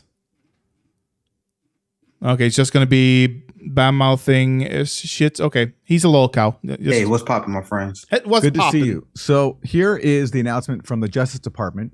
U.S. citizens and Russian intelligence officers charged with conspiring to use U.S. citizens as illegal agents of the Russian government. Defendants sought to sow discord, spread pro-Russia propaganda, and interfere in elections within the U.S. And here's a headline about this from the Washington Post. Federal authorities charged 4 Americans Tuesday with roles in a malign campaign pushing pro-Kremlin propaganda in Florida and Missouri, expanding a case that charged a Russian operative with running illegal influence agents within the U.S. How much do you want to bet that they're either... okay, there are 3 options here. They're either going to gloss over the fact that they took money from Russia to do this, and they funneled that money into pro-Russia candidates. They're going to ignore the money component entirely, or they're going to say it's a good thing. I think the third one is the least likely. At best, they're just going to gloss over it. At worst, maybe most likely, they're going to ignore it entirely. And one of the people charged is a man named Omali Yeshitela. He is 82 years old. He is the leader of a group called the African People's Socialist Party. They're a black leftist group. And what this indictment alleges is that they're essentially Russian agents. And this indictment is very long, and it goes through all these cases where members of the African People's Socialist Party spread what the indictment paints as pro-Kremlin propaganda. It's simply just criticism of U.S. foreign policy, especially in Ukraine, in fueling the proxy war in Ukraine. So far, ignoring blocking it. diplomacy, and in arming neo-Nazi groups like the Azov Battalion. So that's what this indictment is targeting these black leftists for. And here is the chairman of the African People's Socialist Party, Omali Yeshitela, speaking about a raid that happened on his home in conjunction with this case.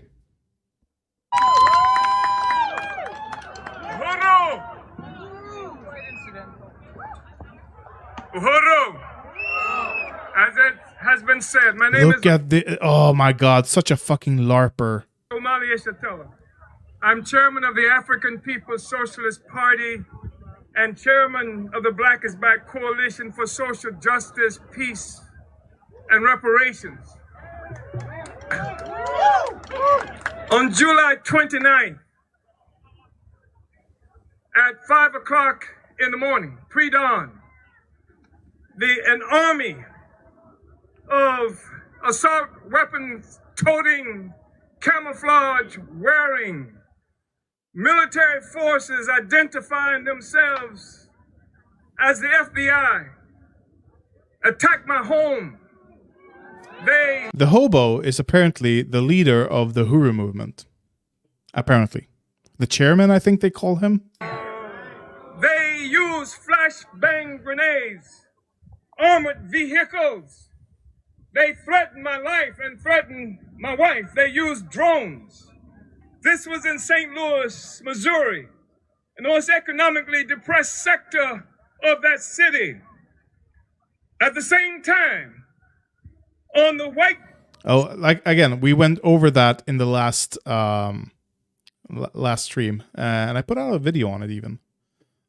So if you haven't watched that, do that as a primer to this video here. Side of St. Louis, they attacked a movement, Solidarity Movement, and they used battering rams also there, knocked down doors. They held people hostage, handcuffed at gunpoint, as they did me and my wife, whom they handcuffed and zip-tied in front of our homes. They declared that despite the fact that I have been involved in fighting this system for most of the 81 years that I have been alive, despite the fact that I have opposed every predatory war that the United States, which, by the way, is the strategic enemy of all of humanity. Oh my God. And look at this. Look at this. What do we have here? A Soviet hammer and sickle. Strange. Strange. How strange to see at one of these meetings. Despite the fact that I have... And by the way, opposing imperialists' war and opposing a support for your allies, those are not the same thing. I've opposed all the American wars during my lifetime. I have not seen a justification for it. I've seen... Let's be real here. Let's be real for a moment. The Afghan war, completely avoidable. Go in with a special team, take out bin Laden, you're out, okay? That was what they should have done. And they had the opportunity to take on bin Laden, but Dick Cheney decided against it. Why? Because taking out bin Laden would ruin the reason for the war. So they decided not to go after him. And it is said that bin Laden was praying to Allah that the Americans wouldn't find him. He was completely surrounded, apparently. And they knew that he was in the mountains there. And he prayed, and his prayer was fucking heard. So instead of doing a swift attack on the man that planned the attacks on America, they decided against it. Up until that point, they had justification. They wanted bin Laden. They didn't get bin Laden. They went in and they wanted to take bin Laden. Simple as that. I can understand that. I can justify it. Any other war they've done, I can't justify anything except for the funding of fucking Ukraine. The funding of Ukraine is not a war. It is a defensive alliance. It is helping your partners. It is the same as sending food and military equipment to the UK before you entered the war against Nazis. It is the exact same thing. Let's just hope we can avoid the world war this time. Have always done that. That they have declared that black people are so stupid that it takes Russians to tell us that we are oppressed. I have never known a moment of black freedom for my entire life. I have never read of a moment since the beginning of a colonial mode of production where black people have been free. And yet they're saying that we are agents of some foreign power. Let me bring in Nick Did Cruz you take of the money from that Revolutionary foreign Blackout power? Network. Nick, what do you make of this case? I don't know about you, Aaron, but to me, it looked like he's guilty because he's sowing some major discord right there. Since when are you not supposed to sow discord? Like the entire media is based on that. Yes, you would think so. Afghanistan was invaded by, as part of the Bush Doctrine, continuing of the Wolfowitz Doctrine, which sought to give America a greater platform for invading Iran and dominating the world. I'm not like, okay, let me clarify here. What I should have done, the more justifiable option was what Obama did.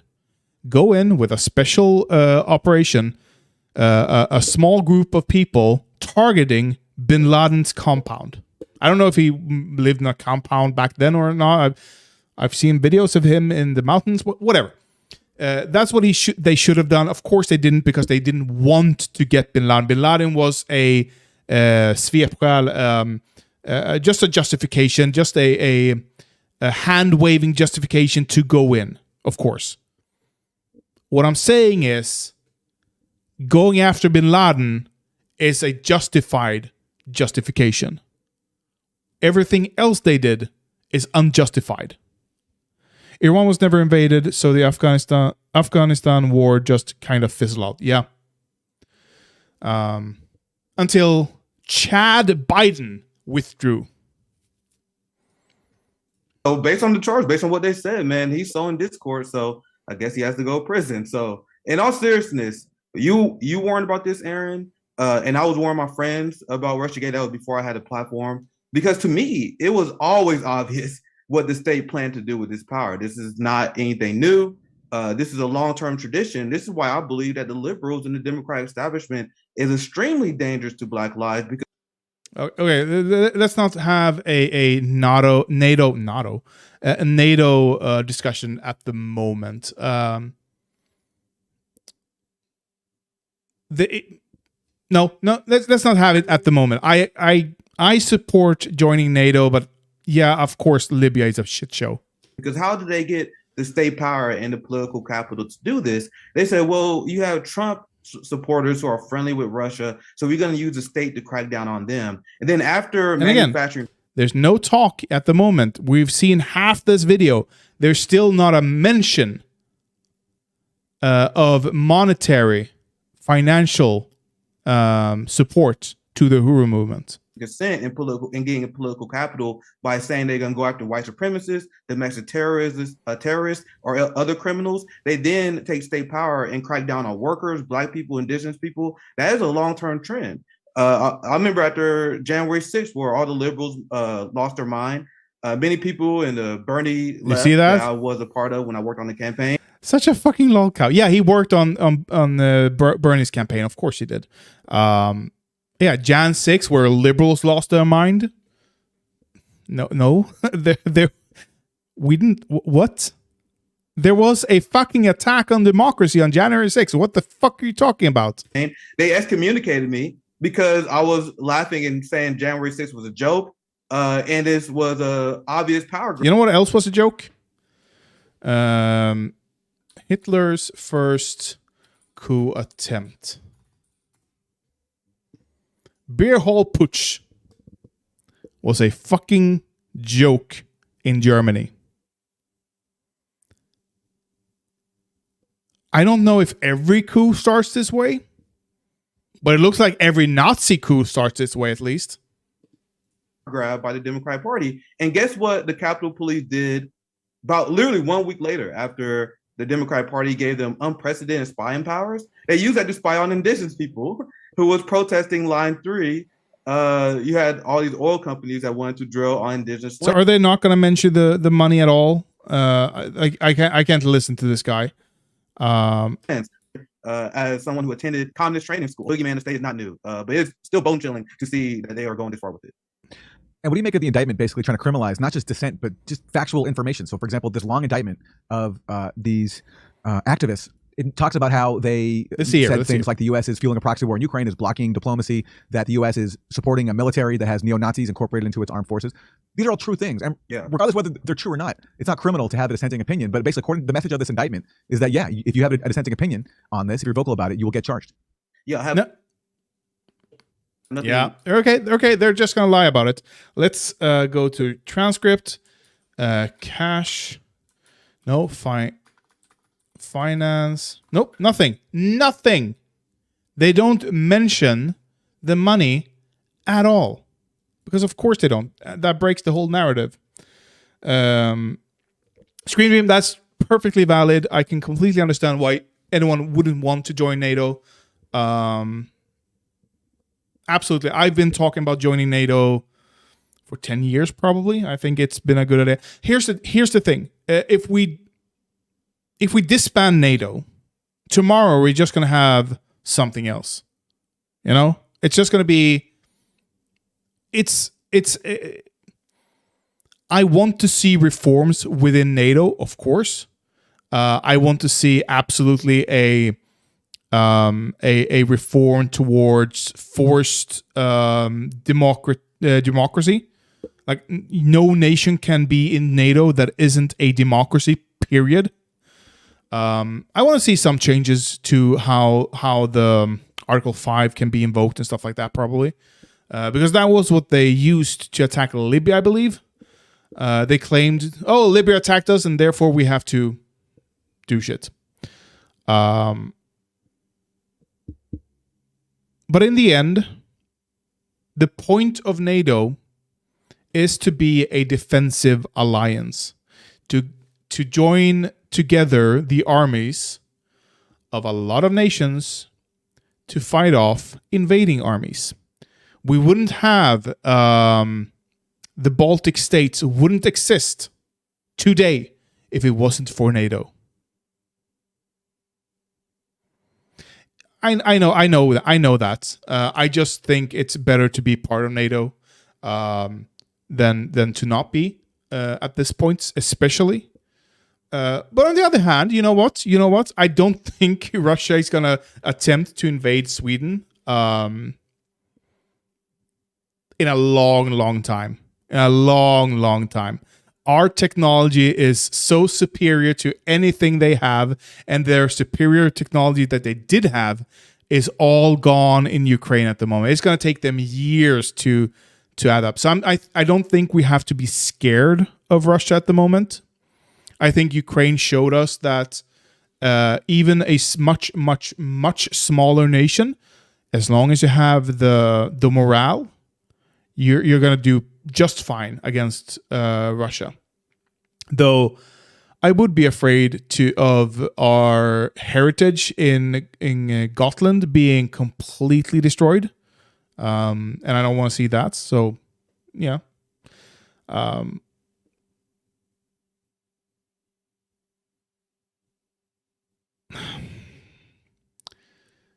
yes, I don't think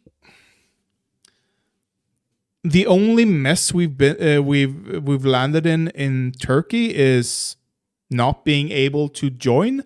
I don't want. Okay, and of course we've the shit that the government is giving to Turkey. We should have just given them the middle finger. I am all for joining NATO, but I wanted Sweden to say "fuck you, Turkey" when they came with their demands. I don't like that. That is a bad road to go down for us. It is an authoritarian road to go down for us. That's for sure. So while I do want to join NATO, I don't like what we've done to attempt to join NATO. I think that's wrong, of course. Yeah, we should have just said fuck you, Turkey. That would have been the Chad move to go.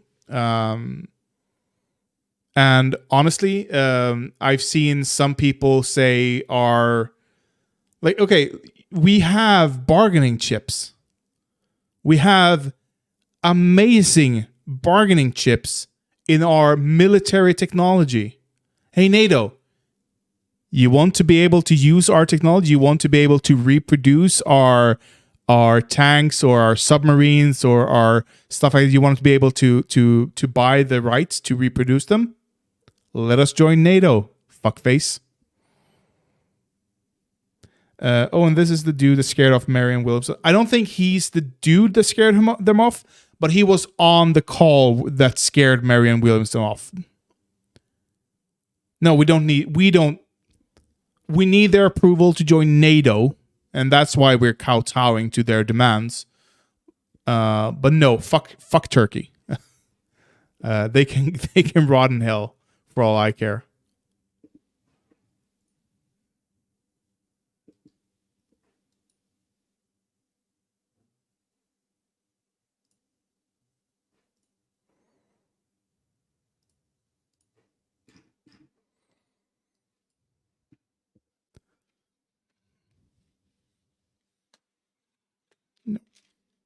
I don't like that the crown is so... It wants to be thin. I want it to be round, but it doesn't want to be...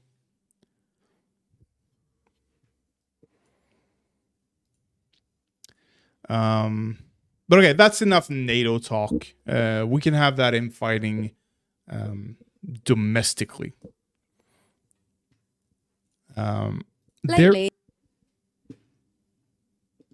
There is a channel I haven't watched before. And when I say I haven't watched it, I mean I've never seen a video from them. I've heard of them, but I don't think I've ever seen a vid. Have I seen a video of them? Maybe I've seen a video of them. Way to change the subject, Screen Dream. It's Think Before You Sleep. Maybe I've seen a video of them, but I don't remember it if that's the case. However, seahorses don't have stomachs, so they gotta eat like all the time. Really? I should have been a seahorse. What I'm worried about when I see this channel is this. If you are a sponsor, please contact my agency at Hickson@h1-veloci7y.com. I would not trust that email with anything. Ever. I was going to say like a bank account, but I wouldn't trust any email with my bank account. So, but I wouldn't send them. I know I will get spammed to all hell if I ever contact this email. But they had recently a new video, like 2 days ago, how woke propaganda works. And I thought, why don't we watch that? That seems like fun. I'm guessing this is Novara Media's video. Yeah, it seems like it. I've been seeing this thing pop up on social media. We are going to talk about how you can become a traditional wife. Some younger millennials and Zoomers have decided to embrace living La Vida casserole, dedicating themselves to cooking, cleaning, and child rearing while their husbands or boyfriends, chop firewood or go to their job in human resources. This isn't just about personal choice or individual preferences. It's advancing a right-wing political ideology and dressing it up as a lifestyle. Oh no. Okay, yeah, I have seen this guy. I haven't seen a video of him myself. I've seen others comment on it. There is something to the push for homemakers that is in the right-wing media. I don't think it's inherently right-wing. Not necessarily. But it's mostly right-wing media. It is, or a right-wing push. It is... So they are monetizing the same people that Steven Crowder or Ben Shapiro, Daily Wire in general, and Glenn Greenwald are all monetizing. Like they are monetizing the exact same people. So yeah, but it's not necessarily. I don't think. No, women doing housework, child rearing, right wing, traditional. What does this world come to? God, that voice is annoying. This is terrible. Somebody please save us from this deeply misogynistic movement where women are choosing to stay home instead of working a job. So, why is... Like, this is homemaker porn, is what I'm saying. This is porn for the conservative. This is what Steven Crowder was watching while he was waiting for him and his ex-wife, to get married. This is important. 3 things. These women are often really young, in their 20s, and they're preaching the values of submitting to a husband to an audience of other young women. Gee, as opposed to... I don't think it's young women watching, to be honest. It is most likely middle-aged men jerking it to the idea of having a young housewife themselves. What the mainstream left is promoting to young children during family-friendly events? Also, why is submitting to a partner bad if it's done so by choice? You just said a thing with a negative tone without explaining why it's wrong, particularly when one of the most common things women ask for in a relationship is leadership from... Oh, I would love to be a house... I mean, if my girlfriend could earn enough to sustain us both, and I could just take care of the house, that would be amazing. Oh my God. From man. The tradwife trend doesn't exist in isolation. It's linked to deeply regressive political and social movements such as Christian and white nationalism and anti-feminism. Yep. Well, we knew they couldn't make it the whole video without calling someone far right. Nick Fuentes. Deeply regressive political and social movements such as Christian and white nationalism. Nick Fuentes is far right. What the fuck are you talking about? And anti-feminism. Well, we knew they couldn't make it the whole video without calling someone far right. Ignoring the fact that I bet if you actually surveyed the women who run these tradwife channels, none of them listen to Nick Fuentes. Also, how do you know? How can you tell? How are Christians regressive? I mean, Muslims have traditional values. Are they regressive too? Yes. Yeah. Ah. You got me, Screen Dream. You got me. I'm not a Fuentes fan. That is true. Such a crazy notion. Why wouldn't I be a Fuentes fan? It's weird that only one religion was mentioned during the entire video. Because the housewives on TikTok are white and they're Christian and they're pandering to a white Christian audience. What? Why would they pander? They're not pandering to Muslims. Because the Muslim wives who are housewives, who are kept wives, probably don't have a fucking TikTok account. But again, you're just saying things are bad with no reason. All the women in my family are Muslim, and I saw them being strong, educated, funny, sexually progressive, and so I didn't associate Islam with any of the patriarchal trappings which I know exist for a lot of other people. There weren't enough men in my family for there to be a patriarchal dynamic. Suddenly, you need to feel that there's a big love in the universe which is in charge of everything, and the name I give that love is Allah. if I am being honest with myself, but for me, the name I can give to it is Islam. Ash is a Muslim. Why not use this video to also talk about the patriarchal trappings of your why won't Christian? Like, do we really need to talk about the minority religion when the majority religion is currently trying to emulate the minority religion? The bigger threat is what we're talking about here. You fucking moron. Why? It's part of a wider shift of young people being dissatisfied with neoliberalism and wanting social change. I can completely understand the housewife mentality coming back because of neoliberal economics making work a living fucking hell.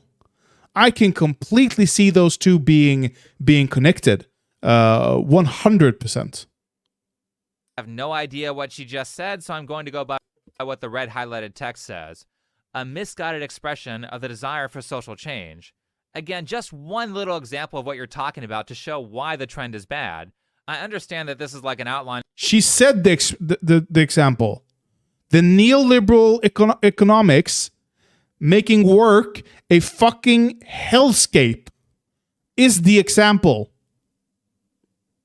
Just because you're too stupid to understand what she's talking about.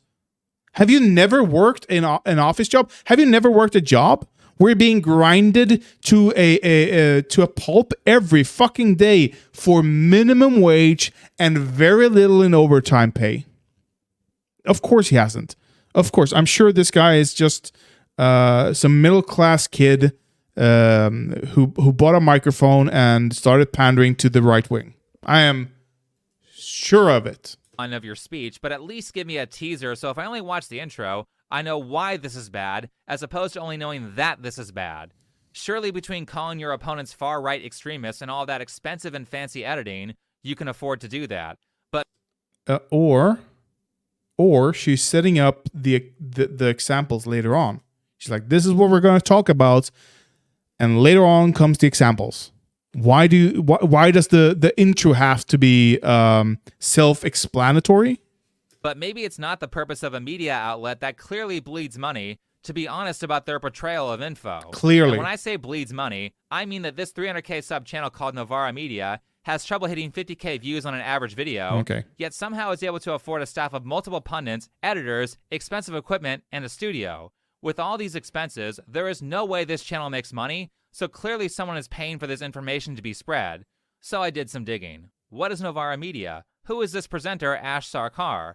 Well, I found this video of her on Piers Morgan where she says this. Because I'm literally a communist. It's her. Oh, she's amazing. Oh, I like her. That's not a shock. But what is a shock is that you can buy jewelry of that quote or t-shirts that say marks on them on the Novara Media website shop, which is very capitalist of them. Wait. Oh my God.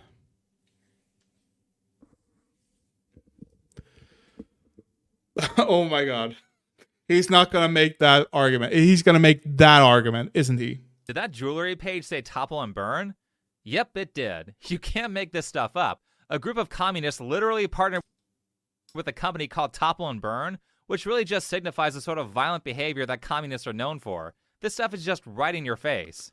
Anyway, then I stumbled across their support us. Okay. Like it's we're not trying to hide it. Page where it says, defy billionaire-backed media and back truly independent journalism. I wish I recorded my initial laughter while reading this because I work in this industry and there is no way that they could afford this staff with... That depends. Are they volunteers, perhaps? Do they hope to make it big someday in the future, perhaps? And this is just their... Like if you have an organization that does other things and you have a media... Like, this isn't impossible for a small media company to create or to sustain. With a small YouTube channel and independent donors. Also, the support page is accompanied by this video here. Mainstream media are fundamentally incapable of dealing with the most pressing issues facing society. Billionaire funders and advertising partnerships define what corporate media outlets do and don't cover. Their survival depends on pandering to the interests of their super rich funders. But thanks to our supporters, Novara Media is free to analyse what it takes to build a society that works for us all. We're free for all to access, free from ad partnerships, free from paywalls, and free from the influence of the super rich. Sounds like fucking Marxists to me. We'll get to why that last part was a complete lie, but... Okay, so far you've just asked questions. You haven't provided any sources or examples. You just said, oh, how can they? How can they do that with this fancy editing and yada, yada, yada? When they hardly hit their mark. You have to say, you know what? To be fair, to think before you sleep, he does hit his mark. He has 678k subscribers, and he regularly comes close to it, at least, and above it in some cases. But of course, this is yeah. Cosplaying skills, of course. Oh, I would have assumed that would have been higher. Bruh. But first, Novara Media wants you to know that they know what the cool kids are into. Mainstream media sucks. It literally Amazing dance moves, Ash. Now let's go over the numbers. Let me see yours, bitch. Novara Media boasts that they, at the time of the video, had 200,000 subs and 2.5 million monthly views, which sounds like a lot, but it's not nearly enough to accrue 6,000 donors. I don't know. Why not? $1 donors? Why not? Or £1 donors? Of course it is. Any 200k subscriber channels with anywhere near that number of donors. Because you don't know many Marxist channels, perhaps?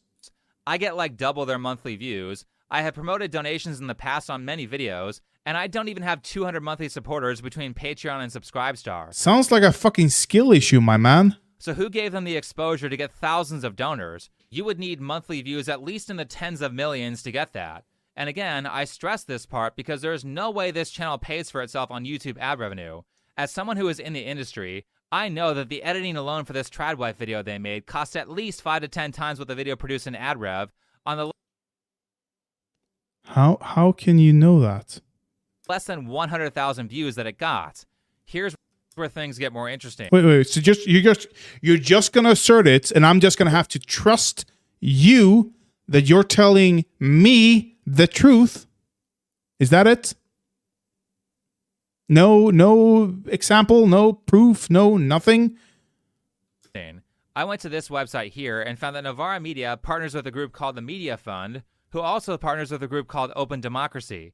Open Democracy receives money from the Ford Foundation, and it also received hundreds of thousands of dollars in 2021 from the Open Society Foundations. Some of you tinfoilers might already know who runs the Open Society Foundations, but for those of you who don't, let's go to their website. Oh look, it's billionaire George Soros.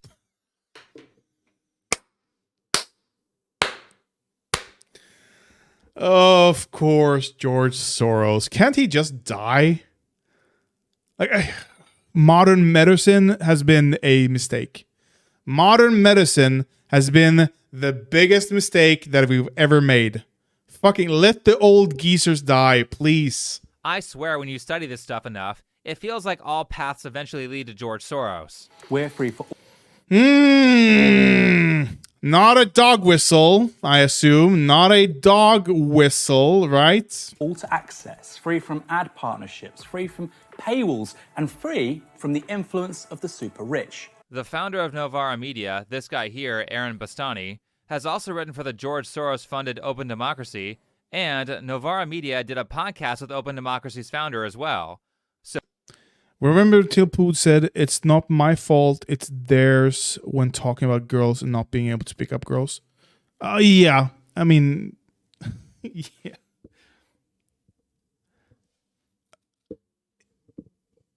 I think his beanie is blocking his circulation, for sure. When it comes, okay, George Soros, just because someone donates does not mean that they have direct influence over anything. A generous donation does not mean direct influence necessarily. I know that the right wing always demands direct influence. We've seen it. We know it. It's not a secret at all. We can see here. I watched a video from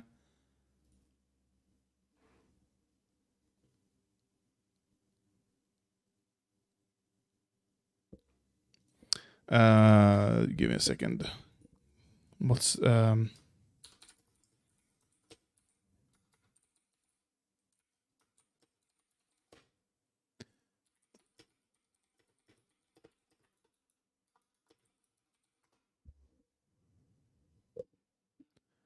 I saw a video from a smaller channel where he got a job at the Daily Wire.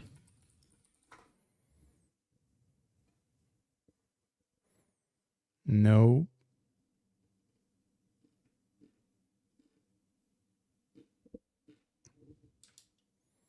Did I watch it here?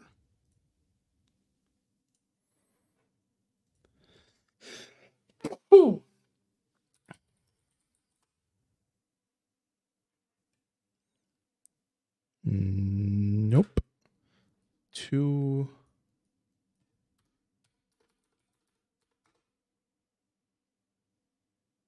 Oh, never mind. In the video, the people of the Daily Wire. Oh my god! The people of the Daily Wire, they talked about how 30% of their videos that they produce, not necessarily publicly, but they produce internally, are donor-directed videos. So donors explicitly say, we want a video on anti-immigration. And they fucking do it. And they fucking do it. Give me a minute. I just have to do some housekeeping here. You can watch, but I'm not going to be interesting.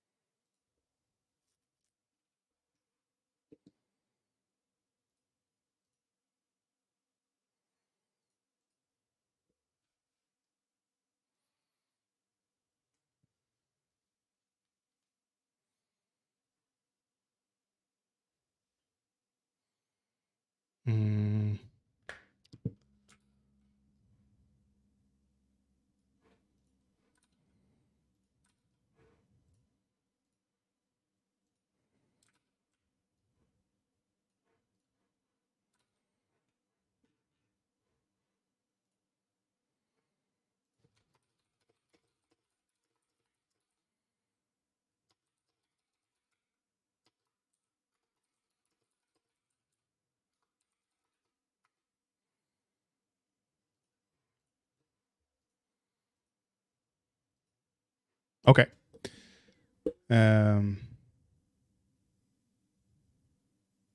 Do all streams have the emoji overlay features? I do not know.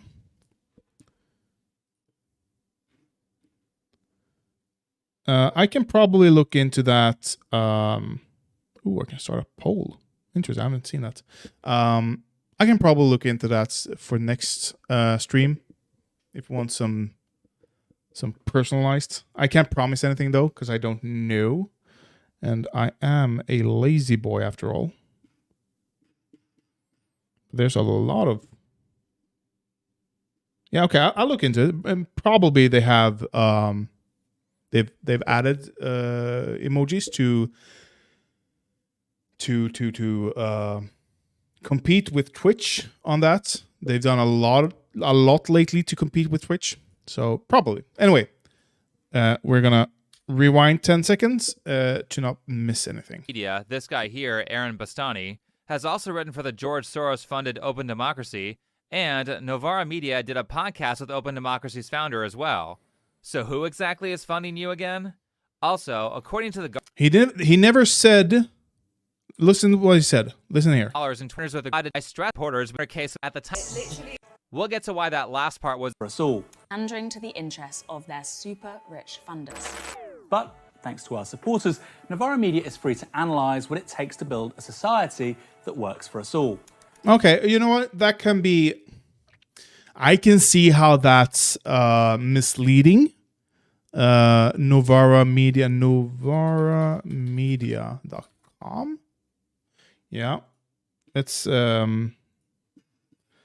want to see here about perhaps support us.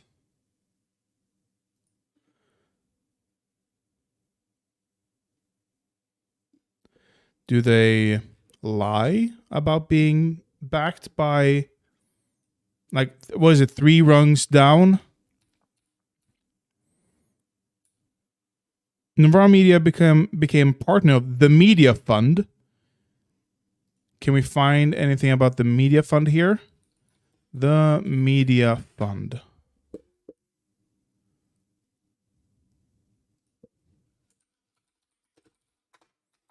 Nope. The Media Fund. Novara Media.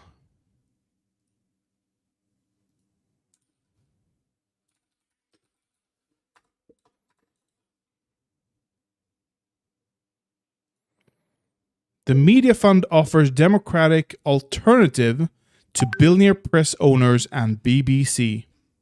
I'm not going to read this entirely. My guess is, again, just because a billionaire funded something that you in turn... so it's 3 rungs, 3 degrees of separation between... not Bezos. I hate that you wrote Bezos there because now I've forgotten. George Soros. It's 3 degrees of separation between the Navarro Media Group and George Soros. But because you can draw a line between them and George Soros, all of a sudden, billionaire funding, all of a sudden, is not billionaire funding. They are funded by the Media Fund, but I don't know what the Media Fund necessarily is.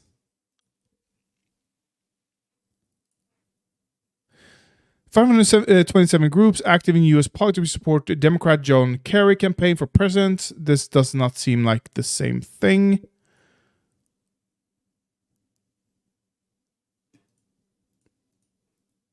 Can we go back and see?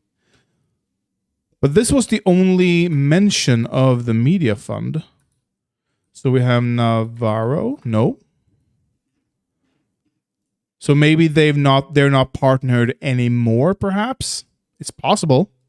Open Democracy receives money from the fortunes. Gross. We're free for all to access, free from ad partnerships, free from paywalls, and free from the influence of the super rich. The founder of Novara Media, this guy here, Aaron Bastani, has also written for the George Soros-funded Open Democracy, and Novara Media did a podcast with Open Democracy's founder as well. Okay. So who exactly is funding you again? Also, according to The Guardian, this group called the Media Fund that Novara Media is a part of has all sorts of regulations, which means not only do they probably have billionaire donors, but they also have a politically driven regulatory organization that they have to adhere to. Novara Media is about as independent. Wait. to partner with the fund, these outlets have to sign up to the National Union of Journalists Code of Conduct. That's a good thing. Demonstrate a commitment to factual and accurate reporting, and within a year of joining, become fully unionized workplace. New partners must be approved by existing partners, suggesting that right-wing outlets are unlikely to be selected. I see no issues here. Where's the issue? Independent as the Young Turks. Gee, what a rabbit hole. More importantly, though, and now that we know who's... No. The Young Turks were directly funded by a Republican politician. That's different. That's very different. Behind this company, this Tradwife video from Novara Media is an excellent example of using heavy amounts of propaganda to get you to believe a certain narrative without any actual evidence that what they are saying is true. So let's get back to Ash Sarkar and discuss how the propaganda works by first showing you how they only use one-sided strawman arguments. Like with the example of finances, the idea of submission is that by giving up her independence, autonomy, and power, a woman will be taken care of by a good and godly man. She serves him, he serves Christ, but only one person is scrubbing out the toilet. Okay, and only one person is dealing with an asshole boss. Only one person is repairing the stuff that breaks. Only one person is lifting the heavy stuff. Seriously, these feminists love to forget all the traditional male house chores, while at the same time being incredibly demeaning and insulting. Did he call having a boss a male house chore? Here's the thing. Here's the big issue with housewiving. You have no independence. There's no money you can pull from. There's no way to what are you going to do if you move out? They look at your income and they say you have no income. Why would we rent this apartment to you? You have to have income. Okay, so you go and get a job and they say, well, it's a new job. How can we trust that you'll still have it 3 months down? We can't rent out to you. It's very hard for someone who's a housewife and wants to get out of that marriage or that partnership to do so. When toying with a housewife in my mind, because I think I would like that. Why wouldn't I? I don't have to take care of the house at all. I just have to bring in a large amount of moolah. Perfect.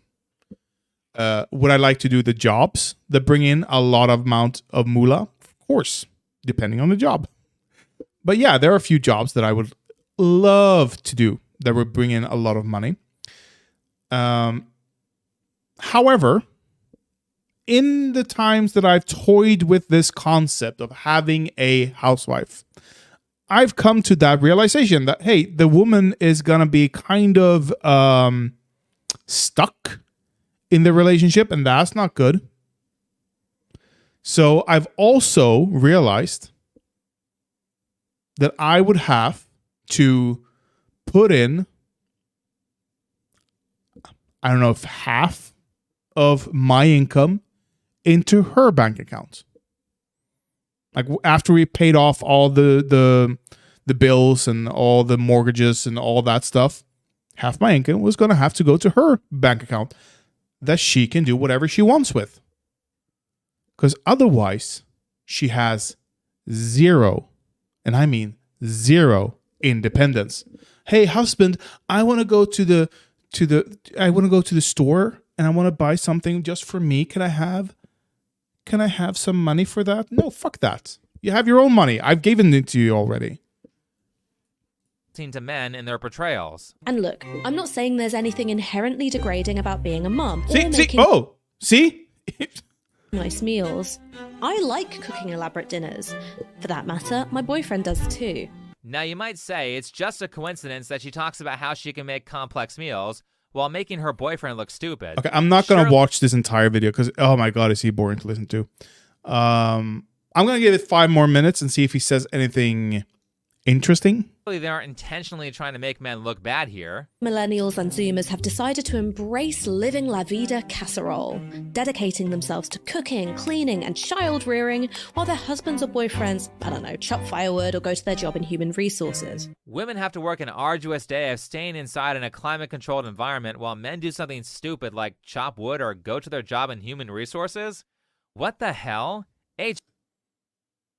She's clearly being hyperbolic here. She's making what's in the industry called a light-hearted joke. HR is dominated by females. You can't even give an accurate example when you're trying to crap on men. Also, the victim card. Though the idea of women being confined to the home while men do things like go outside and work isn't exactly new. Is there any comparative description here that doesn't attempt to make men look like crap? Women are confined to the home while men can just do whatever they want. Maybe they go outside and work, or maybe they won't. I mean, if the woman has no money, no income of her own, yeah. This video has BuzzFeed levels of self-awareness. You could easily flip this and say that men are forced to do the will of a boss all day while a woman gets to stay home watching soap operas and doing whatever she wants. I bet if women actually gave men a choice to stay at home versus work for some boss they don't like or for rude customers, a giant portion of them would gladly not go to work. I feel like oftentimes I hear, and keep in mind, this isn't data or anything, this is just anecdotal, could have a lot to do with the selection bias and the people who wind up in my office. But that it's kind of completely acceptable to a lot of my male patients that they have a partner that doesn't earn money and that a homemaker is like a laudable position.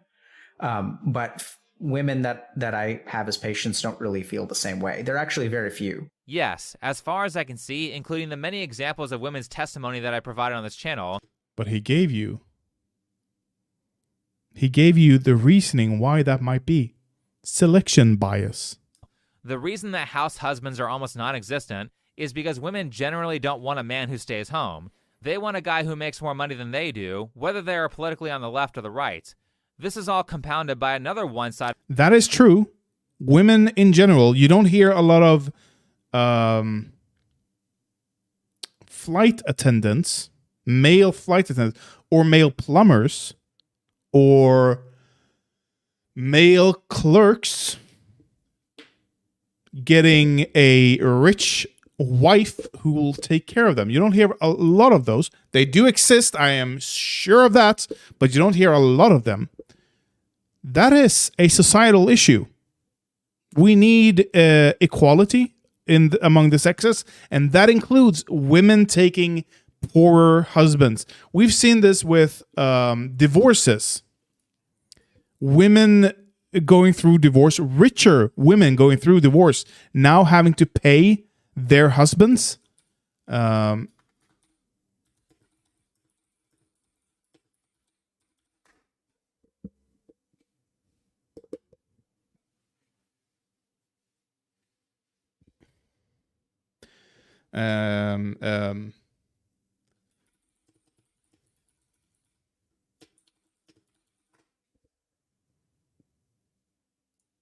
we go. Rich women are suffering painful divorce settlements. Can I? No? Okay. Here's how one female celebrity last week described her divorce settlement. We were married. We had no money between us. I then worked and supported us and made a lot of money while he trained as a doctor. When we divorced, he got a huge settlement from me. Recalled the celebrity who asked not to be named. He was a surgeon. He wasn't penniless by any means. I'm the mother of his children, and I've been bringing them up ever since. I'm sorry. These are the rules that have been set up to make sure that other women aren't left penniless. Now it's coming back to bite you in the ass. Sorry. Sorry, not sorry.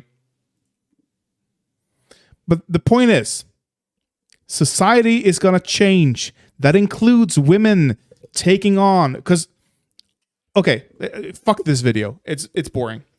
Women are currently outpacing men in education. This is not a new thing. This has been a trend for a long, long time.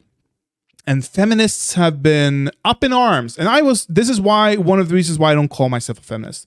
Because 10 years ago, I argued with them, and they were up in arms about, oh, look at the boards. There are no men there. Okay. Why do you think that is? Oh, it's sexism, period. Yeah, that's part of it. That's why those men are there. It's not why there's no new women there. But because all the men, not all the men, but a lot of those men are very, very old. And what we're seeing is a legacy. We're seeing the legacy old geezers, the octogenarians, sitting on their fat asses, just raking in the money from being on the board. That is what we're seeing. Again, modern medicine was the biggest. I mean, we shouldn't have invented it, period. That has caused us so much grief from just having old people in power for so long. They are set in their ways, and they refuse to relinquish control to the younger people. That is why pensions are important. That is why forced pension needs to be an option. The old people are just sitting on their asses, doing nothing. And so what I predict is, back then I said 20 years, so I'm guess I'm going to have to say 10 years now. Like Dianne Feinstein, she is a perfect example. Biden is a perfect.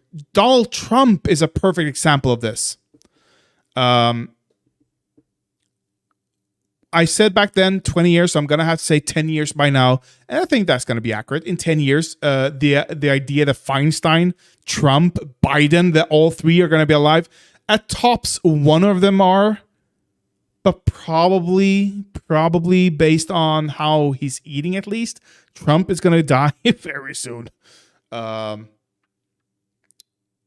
yeah, and what we're going to see, because the women have outpaced men in terms of education, we're going to see a fucking boom in female representation in on the boards and in politics and in all aspects of power. We're going to see a fucking boom of women. Mark my word. To be on the safe side, I'm going to say 20 years again. To be on the safe side. But I think realistically, the boom is going to start at least in 10 years. And what this is going to do is force women to realize, okay, you know what? We are the high earners now. We have to look towards lower earning men. But I have actually, if you can't believe it, I've argued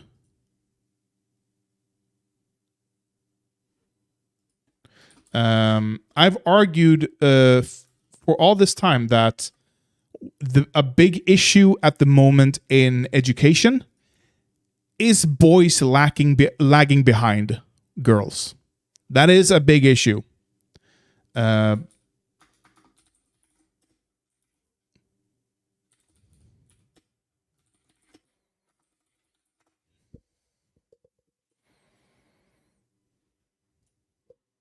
This is translate. This is not unique to Sweden. This is a global thing. The way we teach is better for girls than it is for boys. The way we teach. I am not a teacher. I do not know how we'd account for this. People have thought of making sure that boys wait a year until they go to school. That is a perfectly reasonable solution to this. That would help a lot. I still think there's an issue there. I've toyed with the idea of having gender segregated schools. That would, however, bring about other issues like socialization and stuff like that. Though, one issue that I've read about, this was a few years ago by now, so it might be outdated. But one issue with schools is the younger you go, the more female teachers you have. And just take something like arts and crafts, painting, drawing. If you look at boys' drawings in those ages, they can be quite monocolored. Like their outlines of stuff, they're not that technical. They might be about guns and cars and stuff like that. And a female teacher is looking at this, and she's looking next to her at the female student who has drawn a rainbow, and she's drawn a house in different colors, and she's color coordinated and stuff like that, you know. Because again, girls develop some aspects of their brain faster than the boys. And when the female teacher says to the boy, why don't you try to draw more like Lisa? What kind of a message are you sending to the boy? You're saying you're not as good at this as the girls. That's not good. We can eliminate that by allowing for gender, by creating gender segregated classrooms, right? Because no longer is there a girl to compare yourself to, so you're more free in other aspects. Because you have to fill these roles that girls previously filled. The same goes for track and field, which by the way, and this is my golden nail in the coffin of how schools treat boys versus how schools treat girls in Sweden. That is. It used to be that boys that you had, in order to get a certain grade, you had to get to run at a certain speed or a certain time. You had to jump a certain height or length. You had to do all these things that were measurable. Now, you have to become better than you were before. No longer are you saying to get an A, you have to run 100 meter at under 15 seconds, let's say. No longer. No. Instead, in order to get an A, you have to improve by a certain percent. So last time you ran, you could only reach, you could run this at 25 seconds. But now you're down to 20 seconds. That's a great improvement. Congratulations. You're getting an A. Okay. You know what? That's perfectly valid. That's a perfectly valid way to measure success. How well have you improved yourself? Great. No notes. Then why don't we do the same for all other subjects? Why is gymnastics the one subject that is measured this way? I can tell you why. It was the only subject the boys outperformed girls in. But by doing this, all of a sudden, they're on par. All of a sudden, they're on par. Let's see here. On the bottom here, well, not on par. Boys are still outperforming, but not as much. I can't. No, they're on par. No, girls are outperforming. Here we go. Track and field at the bottom here. 21.6% of girls get an A in gymnastics. And boys, it's 20.1%. That is the consequence. If we're looking at any other subject, let's see here. Nope. Can we find one subject that boys are outperforming girls in? Nope. No, absolutely not. Nope. And oh God, no. Look at this. This is arts. 30.5% of girls get an A in art. 6.8% of boys get the same. Now, this article is a few years old, I believe. Yeah, 3 years old, 2.5 years old. The point is, it hasn't improved. It has not improved at all. So, all of this is a roundabout way to come to the conclusion that in the future, girls will outperform boys, or women will outperform men in all aspects of work life, because women are the ones who go to higher education more than men. However, the more you go, the higher up you go in education, the fewer girls you'll find, or few women you'll find. You'll find more boys than men the higher up you go. Because girls are, and this is also a bad thing for girls, they are indoctrinated to give the right answer, the answer that is sought after. But if you go to university and that's all you're trying to do, you're going to fail miserably. That is not what they're after. They don't want you to just hand in the right answer. The right answer can be, you can completely ignore the right answer and still get great grades at higher education, because they're more interested in teaching you how to present the information you found, how to present or how to search for the information you're looking for, and how to create how to work within those systems that I've set up there. That's when we need to worry about the women Nazis. Yeah. Well, actually, this is when we need to worry about the rise of Nazis.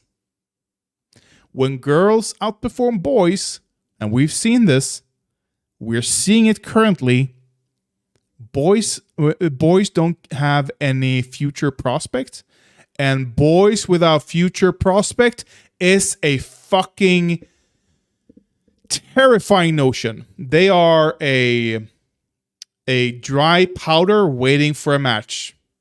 We saw that match with Trump. We see that match with the Sweden Democrats. We see it in Italy with the the fascist party. I guess Putin is older than that. Putin is more of a institutional thing, whatever. But yeah, this is how you create a fascist country. Boys and men having no future prospect. And that is why I believe, for the good of all people, women need to fuck more. honestly, women need to fuck more and fuck lower status men. Just hand them a bone once in a while. Give them give them something to live for. We've seen this with what's his name? The first incel shooter.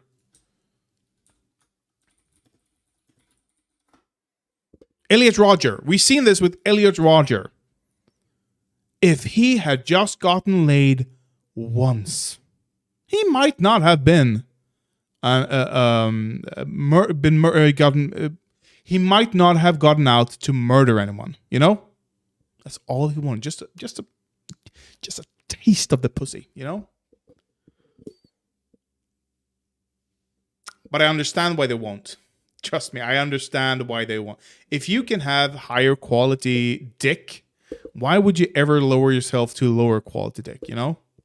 And the same goes for pussy. Therapy, education, and sex. Yeah. Those three things are kind of the most important things. If throw in some money there, or sustainability. And when I say sustainability, I mean it in a personal way, not a global way. Because honestly, yes, I want a sustainable future, but we can't have a sustainable future if we're not sustaining ourselves first. You can't be thinking of how well will the universe or the globe work. How well will Earth survive? We can't think of that if we're not first thinking of how will I survive, or rather, if we're not stop thinking how will I survive. Yeah, we'll get rid of religion soon enough. It is happening. It is an inevitability with wealth, prosperity, and spare time. I think we see that with the second generation immigrants and stuff like that. It's once money starts rolling in, we're gonna domesticate Islam the way we domesticated Christianity. That is my absolute future prediction. I don't know when, but we will do it. Islam in the West is going to be just as domesticated as Christianity, and that is just the first step of removing them from society altogether.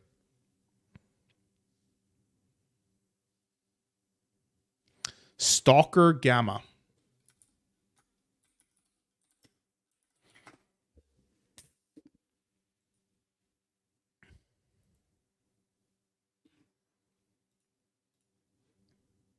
Hey guys, what's up? Well, the installation Is this a okay? It's a mod pack. has changed No, with the addition of the new easiest.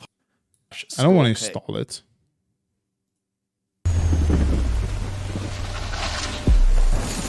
Last week I made a survival of people voted overloaded triple about 2 days in Gamma and even Is it an open world game?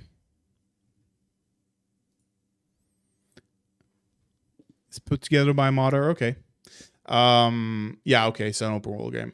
I am hesitant to start playing open world games. They never end for me. So I don't know. I'll look into it, but I don't know. I do not know. I think that's going to be it for today. I am hungry and I want to eat something. I have been streaming 3 hours after all. But I might be streaming tomorrow. I could be streaming tomorrow, actually. I might be streaming tomorrow.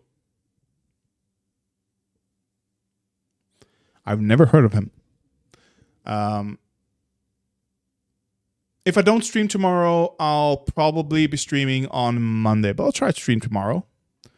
So until then, take care. I love you all. Thank you for celebrating 100 subscribers. Next celebration, we're gonna do a small celebration on 500, I guess. But the big celebration is gonna be 1,000 subscribers. Okay. It brought so much attention to ModDB, it crashed the site. Damn, that is impressive. Okay, take care. I'll probably see you tomorrow, and I love you all. Bye bye.